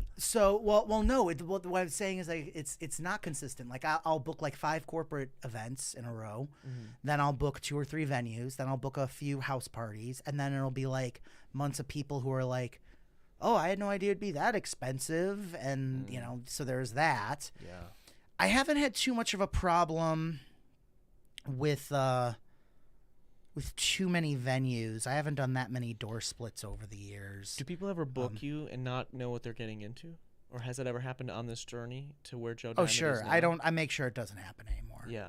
Well, there's two things that can happen. One, the person books you. This is the nightmare. This is the nightmare right here. Yeah, that's what I'm digging for. That's what you're Yeah, digging yeah, for. yeah, Just yeah. say you're digging for the Yeah, nightmare. yeah. You're digging for the nightmare. Someone books me. Okay. I show up to their house. It's a beautiful house. It's great. I go in. Oh my gosh. No one knows you're coming. I've kept it a surprise. That's great. We'll see how wanted you are in 20 minutes. Yeah. Yeah. Well, also, it's not Oh, like, no. and it took me a long time to finally, fully, literally get inside their heads for this of they, in their head, they know this isn't going to happen, but they have this image of TV shows of puff of smoke, poof, everyone comes in. Oh, cool. Oh my God. But for what I do, and it's funny, you hear this story with a lot of stand-up comedians when they say they were hired for an event and they show up and they realize it's 20 people at someone's house and they're like, oh, that's the worst. Yeah. What do we do? People are laughing, they are and they aren't. You're now just sitting and holding court over a small group. It's kind of a nightmare for some people. That said, after the first few times of being a surprise, I stopped letting that happen because I knew from reading all these old books, and it turns out some people have even done studies on this, and it's true. Part of the show for my line of work is the excitement, is the buildup, we've got hypnotists used to do this a lot. The big thing of oh, we're going to go, what do you think? Do you think he'll be hypnotized? That's kind of already getting you in the mindset. Oh, yeah. To at least be kind of down for it, you know? You're engaging with it, whether yeah. you're skeptic about whether it or you're skeptical, whether whether you're you're excited dragged about in, it. and Yeah. even if you're at the back of the room, there's at least been a conversation before you've gotten in that room. When you're in that room and then just and it's also different when it's a theater as well. When you're just in someone's home, it's extra oh, look. There's a guy. There's a guy. Yeah, it's that scene They're in ripping Scott you, Pilgrim. dude, yeah. Hey, look, it's that one guy. And it's okay. They're taking away all your aura, dude. That's Well, what they're there's doing. that. There's no... The other thing so what's happened a few times, because the person sometimes just doesn't listen to me and makes me a surprise. And what happens is a good chunk of the audience just doesn't know how to react because they don't know if this is a joke. I have had multiple people when this has happened go, oh, we thought you just set this up with the 3 or 4 people until you got to me. And you did it to me. And it's oh my gosh, there's no way you could have done that with me. Yeah. So in many ways too, it did shift my work so that if I am going into, because even at a corporate event, not everyone's going to read that. They'll know there'll be entertainment, but they're not all going to read exactly what I do. There might be some of that floating around in the emails or the water coolers. Yeah. But, but at the very least, they know there's going to be something, after dinner and before awards, there'll be something. So, and they've actually done full-on experiments about this with magicians, mentalists, entertainers, where they had it was just completely cold and the person was very skilled, and then they gave it completely cold to someone, and they also gave it with a list of their TV appearances and accolades and stuff, and people legit enjoyed it more, scientifically. They ran the stats and rated it and everything. When they have the context. when they have context for what's going to happen. That's the other thing too. You don't know. People don't know. Okay, mind reading is mind. Is it I have to explain? No, it's harder for me to get, an abstract, word from a book or something like that versus something that you have some emotion to. If there's emotion connected to it, I'll be able to pick up on that better. Yeah. But they don't know that that's more or less difficult, and in some cases, to a large extent, they don't care. Yeah. But if I want to take them on that journey and kind of bring them along with me, I've got to at least communicate that on some way. Yeah. So there is a lot of that.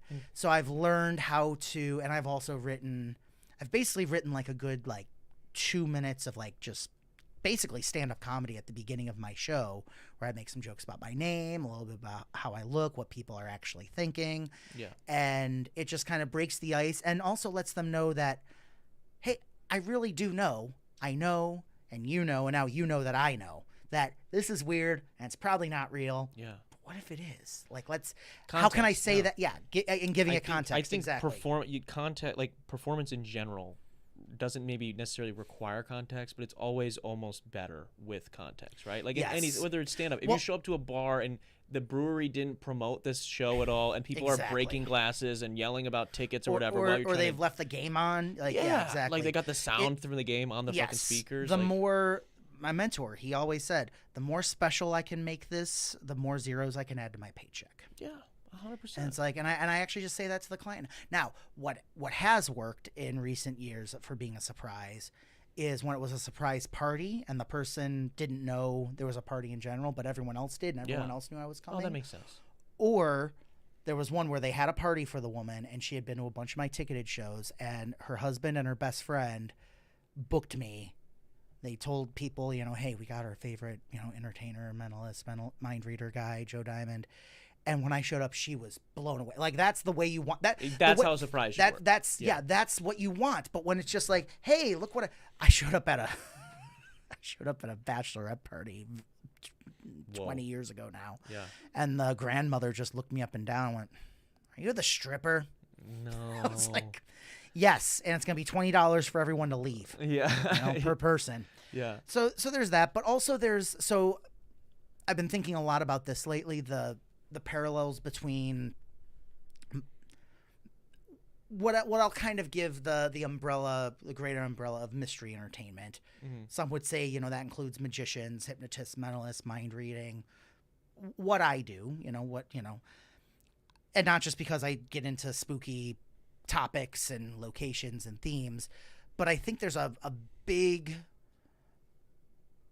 there's a lot of similarities to the point where it's not quite a full circle, but it's a very highly overlapped Venn diagram between horror films or horror content and performance magic or mystery entertainment. Yeah. Like, it's all about that car ride home. It's all about, wait, turn the lights on before you go in that room. Or, hey, check the back seat. Or, oh, did you see that? Oh, there was someone in the background? No, I didn't see that. Like, that's what I want in my show. I want people going, you really could have picked any word out of the book. Yeah. When was the last time you posted about that person he guessed? I've never posted that person. Like, that conversation in the car ride home. How could he have known? That mystery, that feeling, that unnerving feeling is like what I'm chasing for myself and for the audiences, which is why when off work, I'm still chasing it with, B movies on Tubi. Yeah, I get it, 100%, man. It's funny. It's just I've worked with you, and I remember I've been at the same place you were at for a little bit, and one of my favorite things was always watching. There's some guy who's just like, I'm gonna figure this out. In the hour I have here, I'm sitting there. He's faking. I don't like it, and he's just like sitting. He's like, Darren, come here. This is what he did, and he'll be like, see what he's doing. I'm like, yeah. Why don't he's got camera in that pen. Do it. He's got camera. Yeah. So you gave him a signal, right? Yeah, dude. You did some shit one time, and I'm not gonna spoil nothing, but you did some shit one time. We were at an outside bar.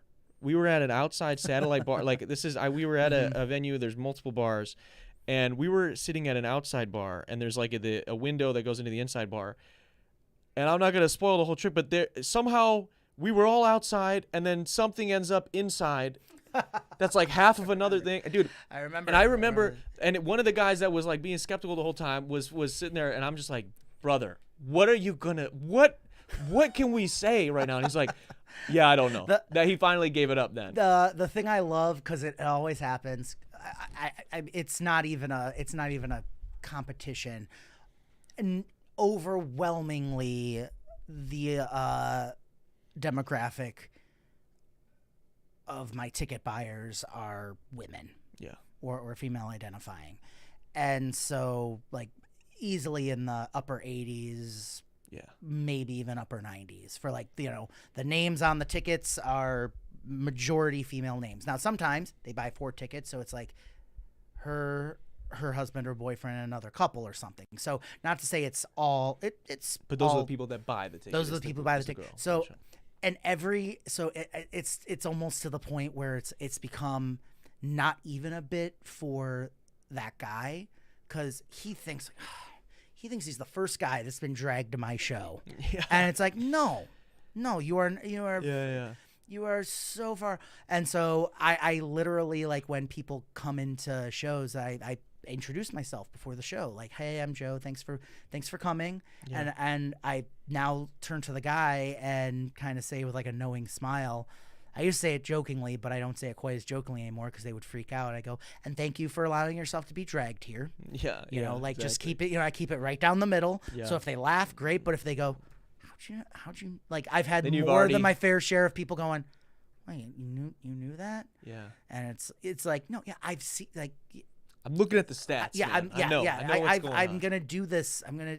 It's like that Nick Offerman meme of like, I know more than you. Like, Yeah. it's just, Yeah. and again, it's not to be like, It's not. No, that's it's just not what it a is. challenge. It's not a challenge, but I know for the guy who wants to make it a challenge, I know how to seemingly make it a challenge, but as a way to kind of get his compliance in and to build it up in his mind. Yeah. To the point where, in fact, there's a point in my show where I specifically, the whole point of it is to give him like a little bit and then take it away, and give a little bit and then till at the end where it's like, okay, I guess, if I ask you to think of any word, sounds fair, right? Well, actually, there's probably only 100 words off the top of your head you'd come up with. You're under pressure and everything.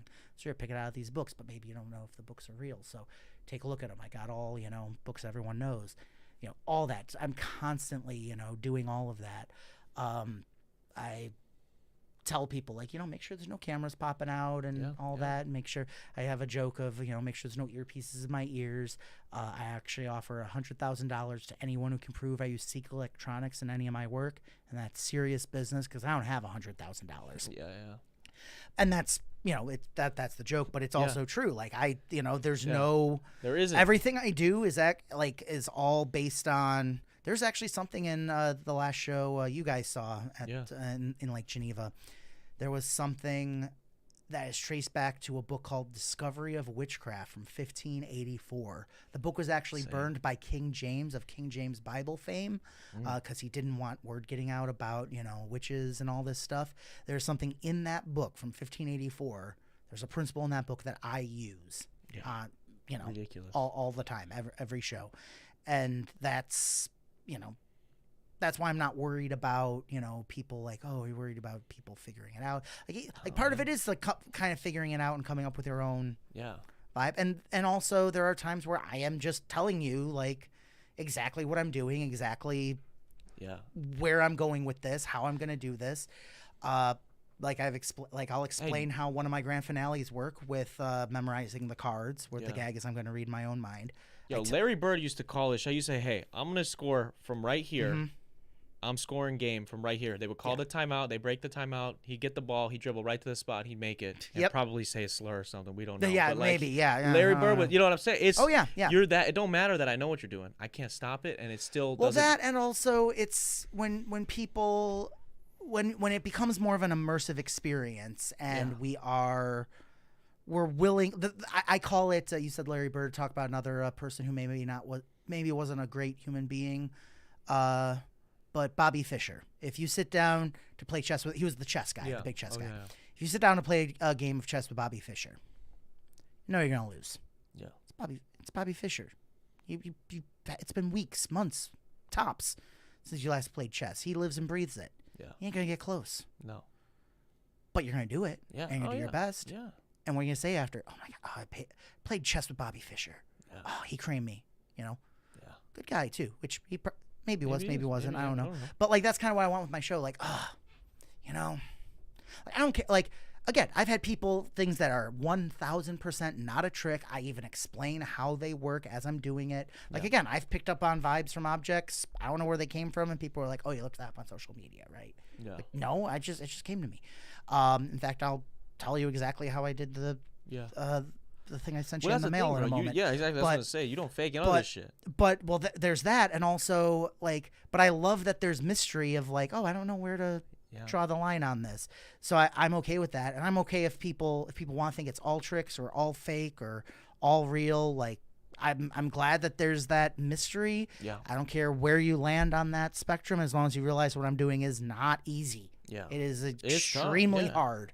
I can't think of, again, like, improv's hard, stand-up comedy is hard, doing this is hard. I'm doing all of it on stage, you know, and not on a stage. Sometimes it's in a ballroom in like the Maxwell Mansion in like Geneva or something. You know, it's great when it is on a stage, but also that's the other thing too, when it's not in, when I don't have the traditional theatrical trappings of the microphone and the lights, it does bring on this more unnerving feeling of maybe this is real, maybe this is, I don't know, I don't have the safety of the usual trappings of, oh, it's only a show. He's up there, I'm over here. It's like I'm in it with it's him. It's immersive. It's interactive. Yeah. That's what. So speaking of, right? We've got you. You came to me a couple days ago. Or you want to preface it, or should I preface it? We both can. I mailed you something, and you've been guarding it. I have do you have it? Is it hidden? I have it. Is it still hidden in the studio? It's hidden here. Okay. Where? So did you even tell anyone else here about this, or? Yeah. She knows. She knows that I received something. Okay, but McKenna, you didn't know where it was. Okay, so and again, no one's touched this, no one's tampered with it. You can take it out, you can hold it up to the camera and everything. It's a mysterious envelope. This envelope sealed, came within 3 other envelopes. Sealed, yes. So that way we have protected ourselves. People can't look at it and know where you live and I live and all that. And I also asked you to grab those newspapers. Yes. Yeah. Those are today's. Yes, there's 2 of them there. This is the Tribune. It looks like Monday, June 9th, 2025. Monday, June 9th. And there's the Milwaukee Sentinel there as well. Yeah, we got the Journal Sentinel. Sentinel, Yeah, we got because we are in the Midwest, so there's we got Chicago and Milwaukee. Yeah. Now again, hold up. You can put the newspapers here. I don't. It doesn't matter if I touch those. What matters is no one's touched that envelope. No one's tampered with that envelope. Nope. You have no idea what's inside. No idea. I like this color though, smooth. Oh yeah, it's great. It's great. I love it. Inside are 2 pieces of paper. One says you're gonna open one first, the other second. Okay. So, because people always ask like, oh, can you give me lottery numbers? Can you predict the future? All this stuff. So, and the short answer is no, of course. Okay. But here's the other thing too. Like there's a fine line between prediction and manifestation, or forecast and wishing something to happen, even if it's the bad thing, even if you're saying, I hope it doesn't rain. You know, you're bringing that negativity on yourself. You put it out there. There is a lot of that. Yes, exactly. So, that said, the best way to predict the future is to create it, you know, and you can do that with like a crystal ball or something, or you can just trust your hunches, just trust your gut. Like, again, you're not predicting the future when you see a couple and you're like, they're not going to last. No. You just played your hunch. You didn't have a crystal ball. So that's what I mailed you. That's what you've been guarding. Is this your hunch? That's a collection of hunches. Okay. Some for the greater Midwest area, like the Chicago Tribune and the Milwaukee Sentinel, as well as some for you and your life. Is there a natural? What if there's like a terrorist attack prediction in here? There wasn't. Okay. If I'm just wondering. We had a guy on this podcast try to tell me that the next 9/11 was going to happen very soon. Oh, okay. Well, okay. And so I get nervous. I'm opening up this envelope. Okay. I don't know what's in here. No, there's nothing. I tried to make sure there was nothing negative. Nothing destructive. Nothing destructive in there. Yes, That's good for exactly. me. But also, like, let's address that real quick. It's like, oh well, you know, why didn't you tell if you can see the future, why didn't you prevent that from happening or whatever? Yeah, it's like Captain America could have stopped 9/11. Yeah, You're exactly. like Captain America. Yeah, exactly. He's an Endgame. It's a different timeline. It's okay. It's okay. He had his happy ending. It's in a different timeline. Don't think fuzzy. about it. It's a movie. It's fuzzy. Yeah, exactly. So yeah, it never quite lines up. That said, you can forecast that couple's going to break up or it's going to rain. You know, so that's what that is. That's more forecasts and hunches. So and you might feel like, I have a feeling something bad might happen. That's you're feeling it. I'm feeling it now. Were you doing that throughout the week of like what's in here? Or did you just keep it? No, hidden? I tried to I was like, I don't want to know. You don't want to be tempted. I was like, tempted to open it up and put everything. it somewhere else. I had to check in with you about some stuff that was going on in your life. Yeah. Now, one other thing too before we open this up, full disclosure, semi-lower expectations. I'm really happy with some stuff in there. There's some stuff in there that there's a few things that are just outright wrong. I'm just warning you right now. Okay. So this is kind of code for lower your expectations, but also, you open it. I don't want to touch it. Still, just take out. You can. Yeah, break the seal on it. Yep. Yep. Yeah. Get the. So yeah, there's 2 pieces of paper in there. Yeah. All right. There's the. Okay. Open first. Okay. This is kind of serial killer-esque. Yeah, kind of. Yeah, exactly. I was channeling the Riddler from the Batman. Yes, dude. So then there's open second. Yes. Yeah. Yes. For that one.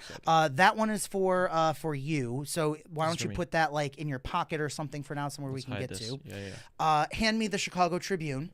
Keep the open first out. Now again, this is today's Tribune. This is Monday, the June 9th. Again, this isn't exact, but it's pretty spot on.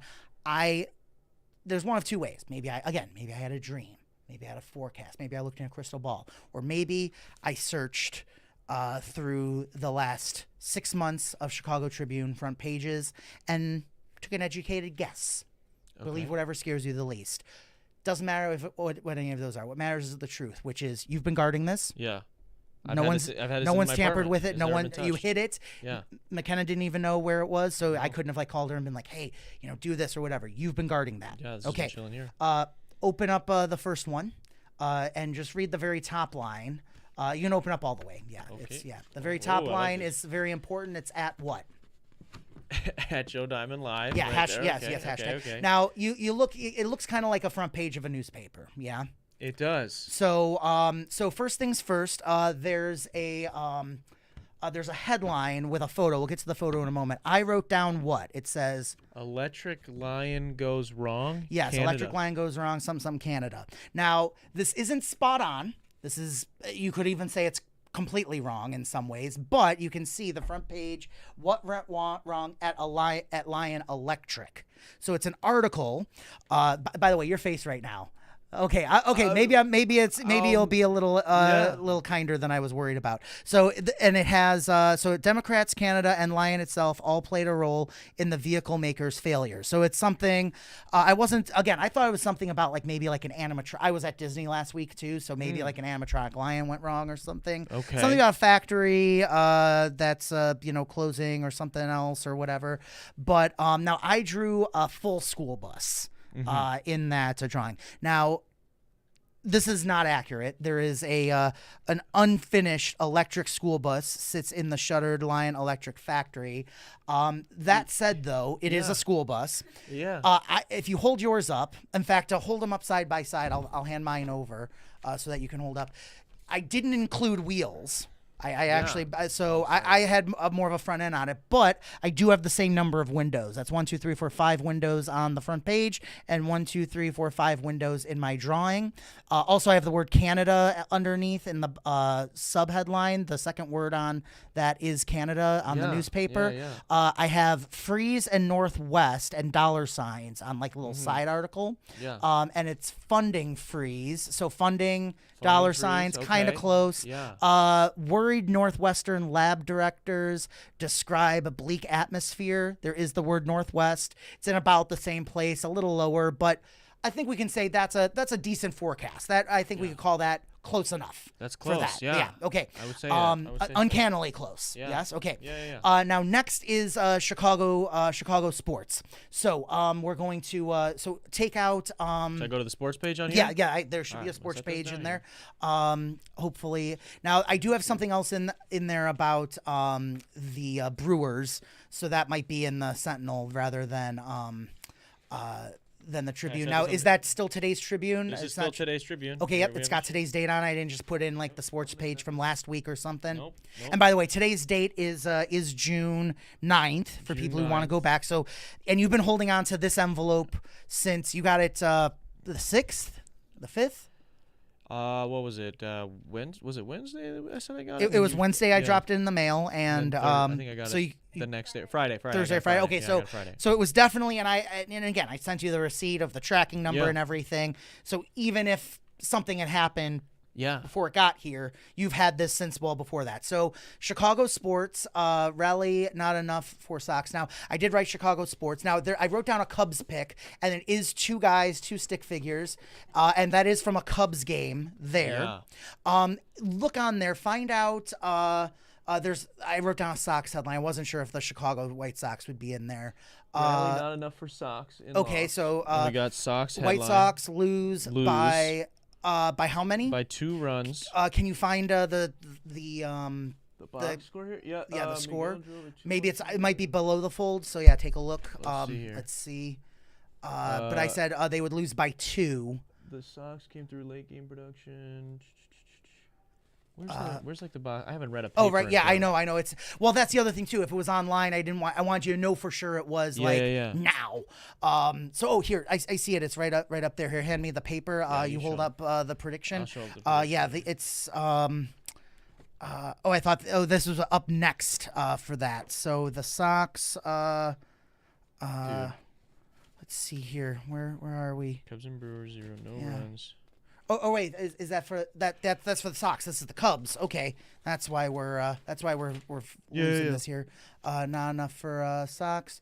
The comeback in a 7-5 loss to Kansas City Royals for the Sox. So that is off. So they did lose by 2. They did lose by 2. For the Cubs, it was there. It is. Look, Tigers 4 and Cubs 0. I didn't think the Cubs or the Brewers would get any runs. So that's the Cubs. Open up the Sentinel to see if there was a Brewers game this weekend as well. So the Sox, the Brewers, and the Cubs. This is what I'm most happy with. I didn't get exact scores, but I'm right on everything. I knew the Sox would lose by 2. And you gotta start putting some parlays in, brother. There's the Brewers. The Brewers also not a single run. The Padres, what they get? Only 1. Okay, yeah. So they lost by different amounts, but they both the Cubs and the Brewers, no hitters for each of those. Yeah. The Sox, they did have the headline too because they actually got points for that. And then it's in one of it should be in one of these. Let's see. Open up the sports. There should be something about Tiger Woods somewhere. Is there something about Tiger Woods in one of these? Yeah. Okay. It's in the Milwaukee one because you'll notice at the bottom. So what's fuck is a newspaper, man? I know. What it's they need to get online. Put these online. Yeah, they do. But again, if it was online, you might think, oh, maybe that was a release before this was mailed and all that. So Tiger Woods play in AmFam in future? Where would that be? Does it say what? AmFam is that's the theater. That's the American Family Field. That's the Brewers Stadium now. Brewers Stadium. Okay, so this is a little off, but you'll see it says Tiger Woods comes to Wisconsin, Madison. I was most confident about that.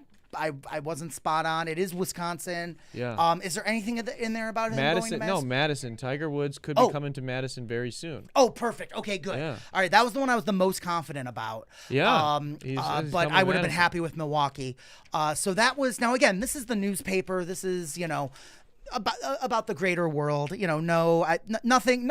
Even if there was something in there, I didn't get any kind of clear sense of like when or where. I wouldn't have been able to stop anything negative from happening if I had that sense. Sure. And if I did have that sense, I would not have done this. Just to be totally fair, too. Wouldn't have sent it to you at all. But here's the thing. This is, the news is the outer world. Hold up the one for the newspapers. Yeah. So I can finally take that off your hands. Yeah. So this is the first time I'm touching it since Thursday or Tuesday. Yeah. So this, again, newspaper, all that. This is more specific for you and the podcast. Okay. I'm really happy with one of them. There's a few of these I've even asked you. We asked like, hey, anything weird happened this week? I did tell you to look out for like deja vu and like look out for your dreams a little bit. Yeah. Nothing super spot on, but again, close enough. If you want to open that up now, again, I don't want to touch it. Open second. And you just read off what the top line of that says. And again, you've held that. I haven't touched it. I haven't done anything. The top line says... for detox. For detox. Yeah. So, yeah. Hold it up. Hold it up to the camera first. Okay, so first thing I said about dreams very realistic. You did say you had some vivid dreams, but you couldn't remember what they were. I said I had a feeling about 2 dreams of water, so I wasn't super sure about that. Do you since we talked, have you remembered any of your dreams, or have you piece anything together. It's okay if not. Not It's okay water-wise, no. not water-wise. No, Okay, that's yeah. okay. That's okay. But very realistic. You have said you had some vivid dreams. So, Yes, again, yeah, kind of yeah. close with that one. The next thing, I haven't asked you anything about this with McKenna. McKenna, I had something about you that says notices something no one else does. Has that happened yet? Like today, I don't. Like since Thursday? What's something anything you picked up on? I don't know either off the top of my head. I'm trying to think off the top of my head. Okay, if you haven't, that's totally okay. Yeah, okay, yeah, if, we'll go. if that's one that's just completely wrong, that's fine. This, I'll be honest, I wouldn't think would happen between here and now. I think this is something coming up even beyond now, which is a surprise live show. Now, I don't know if this is. I put a question mark on it. I didn't think that this would be, spoiling anything you had planned. I think this is going to be a surprise live show for you. Like, it'll even be a surprise for you. I'm going to put that in the within the next month range for that one. Okay. Okay. The last two I'm the most happy with. I had a sense that you would win a soccer game in Minnesota. Which now, is... That's not exact, but that's insane. But it is insane. Okay, tell us why it's insane. It's insane because we back Duncan, who comments every week here on the Detox podcast. I went to high school with. We played soccer together. Okay. I don't see him at all. Okay. He lives in Minnesota. Okay. He so happened to text me. We were going to forfeit a game this week because we didn't have enough guys. He so happens to text me on Friday night or Saturday. So you definitely had the envelope by then. Yeah, I already had it. Friday night or Saturday morning saying that he's going to be in Milwaukee and that we should hang out. And I was like, brother, I don't have time to hang out, but if you want to play this soccer game with me, we could really use you. And we did, and we won. Okay, so it wasn't in Minnesota, but again. But we had Minnesota with us. You had Minnesota with you. Yes. Okay, so we did win. That was definitely in your possession at that point, so I'm very happy with that. And then I'm most happy with this because during this, I had you try and guess a number. Yeah. Do you remember? Yeah. You tried to get me guess 73, and I guess fucking 71 if they can. And you were off, and you were exact. You were off by 2. That is 100%. Yeah. So I am overall extremely happy with all of this. That's insane, dude. How the fuck does that even happen? You were like when you were like talking to the live show thing, right? I like kind of tuned it out for a second because I was like, I started reading ahead and I was just like, that's okay. What is going on, bro? Just because what are the you know what I mean? Like, what are the odds that? Yeah. Because I literally said, I'm telling all my friends, I'm like, dude, what are the odds that Duncan is available? You know, like that's insane that he would have been available. That's something that has never haped. Mm-hmm. I don't think he's. Yes. I don't know. Sometimes he doesn't. Sometimes he doesn't get to see the whole episode. So yeah. You can keep these. You can show that to him. I will. And, there you go. That is insane, Joe. Yeah. That is fucking insane. So between only like 1 or 2 things that were totally off, but everything was close enough to the point where it's a passing grade, bro. Thank you. That's a passing grade. We took the red marker very out, overwhelming happy with all of this. So. Jesus Christ, man. Yeah, that is ridiculous, Joe. That's ridiculous, man. That's so insane to me. Thank you. Thank you, and you're welcome for making your girlfriend shake. Yeah. Holy shit, man. That's crazy. Yeah, we got holy cow. I was gonna maybe have you read my palm today. I don't know. I don't know if I was gonna top any of this stuff today. We'll save if that this for wasn't off as air. accurate, we would maybe go for that. But no, this worked That's perfect. So I'm ridiculous, okay with that. I'm okay with ending there. It's insane too because if people really don't believe me, like if they just think, oh, he's just saying he won his soccer game. I posted on my TikTok yesterday that we clinched a playoff spot. Oh, cool! And awesome. That would have. This was already in my possession. Yeah, so exactly. No way you could've, exactly. Yeah, exactly. That's. No, we didn't, and I wasn't even sure he would show up. That's the thing that's insane.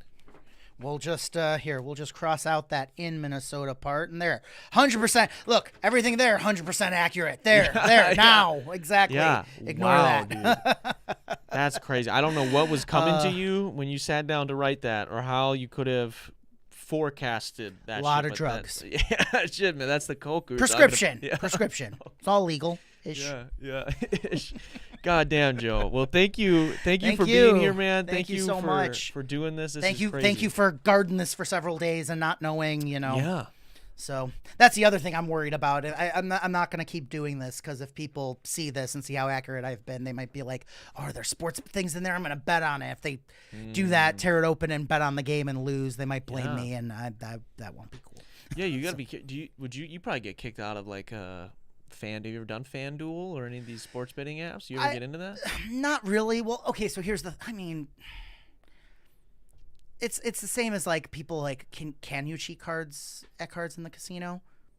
Theoretically, yes, but like the casino always wins. The house always wins. The app, whatever. It is designed. It's not designed to give away free money. It is designed to make money. Yeah. And so they just got to keep you on the app longer, or Yeah. keep you in the casino longer.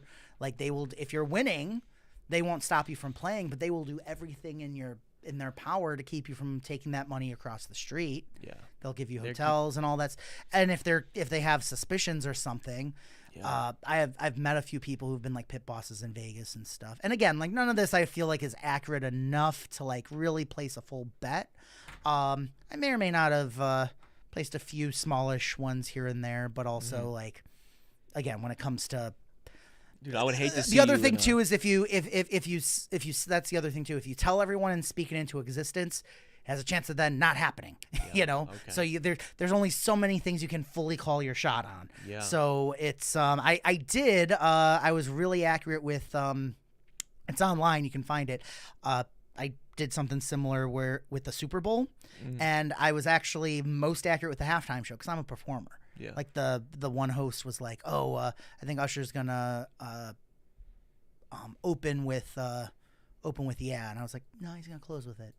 He's gonna close with it," and I was right, and I was able to say that up front. I was like, "Oh, he's gonna close with that." Like that I knew wouldn't, but some of the surprises, there were a few aspects of the game, some stats and stuff I was very close on, not enough to like put a bet on. Again, like with stuff like the Brewers, you have to know like exactly how many, and technically you can, but also I feel like that would just be tempting fate on it too much. And it's kind of like, it's the equivalent of like, well, you were talking before about like, the rough person in the audience. It's kind of the equivalent of like me feeling too much like, oh, I got this, and not paying attention and like not dialed into the guy. Yeah. And then that's when something goes wrong, you know? So again, this doesn't mean. Still, man, I'd be nervous to see you in like a weekly pick'ems challenge where you just got to pick the winners of everything. I don't know, man. I'll put it to you this way. If I were to do that, I would not be doing it under the name Joe Diamond because, again, those sites, if they find out, oh, this is a mind reader from, Penn and Teller Fool Us who's doing all this, well, he therefore must be cheating and we will not pay him. So if I were to do stuff like that, it wouldn't be under my own name, and that would, that would be my literal side hustle. So fair. Theoretically, I will neither confirm nor deny. Fair. To you, Uncle Sam, or the internet. Yeah, well, Joe, thank you. Thank you. Thank you for being Darren. here. Thank you you, the for whole doing Detox this. team. This You guys are insane. awesome. Always love coming on the show, seeing you. This is mind blowing. We're gonna have to, people. So people that don't know, Joe Diamond stuff is linked down below. Yeah, at Joe Diamond Live on all platforms. My website is and you've got some stuff coming up. You're at Maxwell all summer. I'm at Maxwell Mansion. So there's a lot of things going on in Lake Geneva on the weekends. Yeah. But nothing on like Tuesdays. And Tuesdays is when like the Maxwell does like their Tiki Tuesday by the pool and everything. Oh, yeah. So I'm kind of the counter programming. The other thing too, the Maxwell's a beautiful venue. They do a lot of weddings there, especially in the summer on the weekends. Yeah. So it was getting to the point where I wasn't there as much in the summers because again they had all the weddings and stuff. Yeah. So doing the shows there on Tuesdays is great. We're in the ballroom. It seats 30 people, so it's still it's formal but still very intimate. Yeah. And that's going to be weekly. We're also doing Friday the 13th this week. So if you're seeing this live, want to come out to Lake Geneva, it's all at JoeDiamondLive.com. But you get the exclusive. We're now officially announcing it on Friday the 13th. But we are going to be doing the Spirits of Halloween show at the Maxwell Mansion Fridays in October, including Halloween night, which is on a Friday. Wow. So it'll be 30, might up it to 31. It's like 30, 35-ish people we can fit in the room. But beyond that, it gets too crazy. Like to keep it intimate and also give everyone a chance to be a part of the show. We do have, I don't know if you know this, we have introvert seats there, kind of in the back. Okay. So if someone comes and they don't want to be up in front of everyone, they just want to watch the show and be intrigued and stuff. Yeah. there's a section when you buy your tickets, you can buy just introvert. I'll say hi to you before the show. Thank you for coming, but I won't bring you up in front of everyone.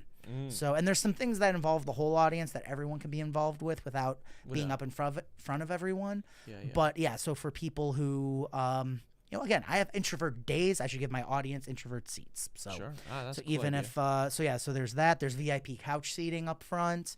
The bar is open. People, so you can get drinks before and after the show. I have something in during the show now where someone gets a drink they're thinking of. We'll leave it at that. I don't want to spoil it too much. So one person will win a free drink every night. That'll be fun. Perk.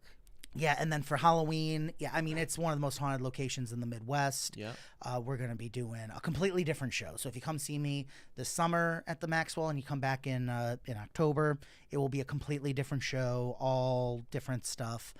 And they'll still be mind reading it, but there'll be more spooky things, some seance themed stuff, talking about the history of the building and some of the weird stuff that's happened there. And including on Halloween night. So so there'll be a chance for people to come in the summer and autumn to check it out. So I'm real excited for this upcoming season. It's going to be a blast. It's going to be awesome, and like I said, that people can find that in the link below. And they can check. And I out travel all over. I just did a house party 2 months ago. I flew out for it. Came home the next day. So it's like don't feel like I can't see his shows. I don't live in the area. There's a tab on JoeDiamondLive.com. You can book me. Yeah, we'll make it happen. I will come and freak out your company's minds. And tell you all their deep dark secrets, and then you can blackmail them. There you go. But then give the money to charity, because that would be wrong if I were to do that, theoretically. Or you create a fake name and you go put all that money on whatever the fuck Joe tells you to put it on. All I will say is Jade Domino. That name, Jade Domino, is an anagram of Joe Diamond. Oh, okay. All right. Also, Dead in Mojo is an anagram of Joe Diamond. Okay, we got a few. We've got a couple. Yeah.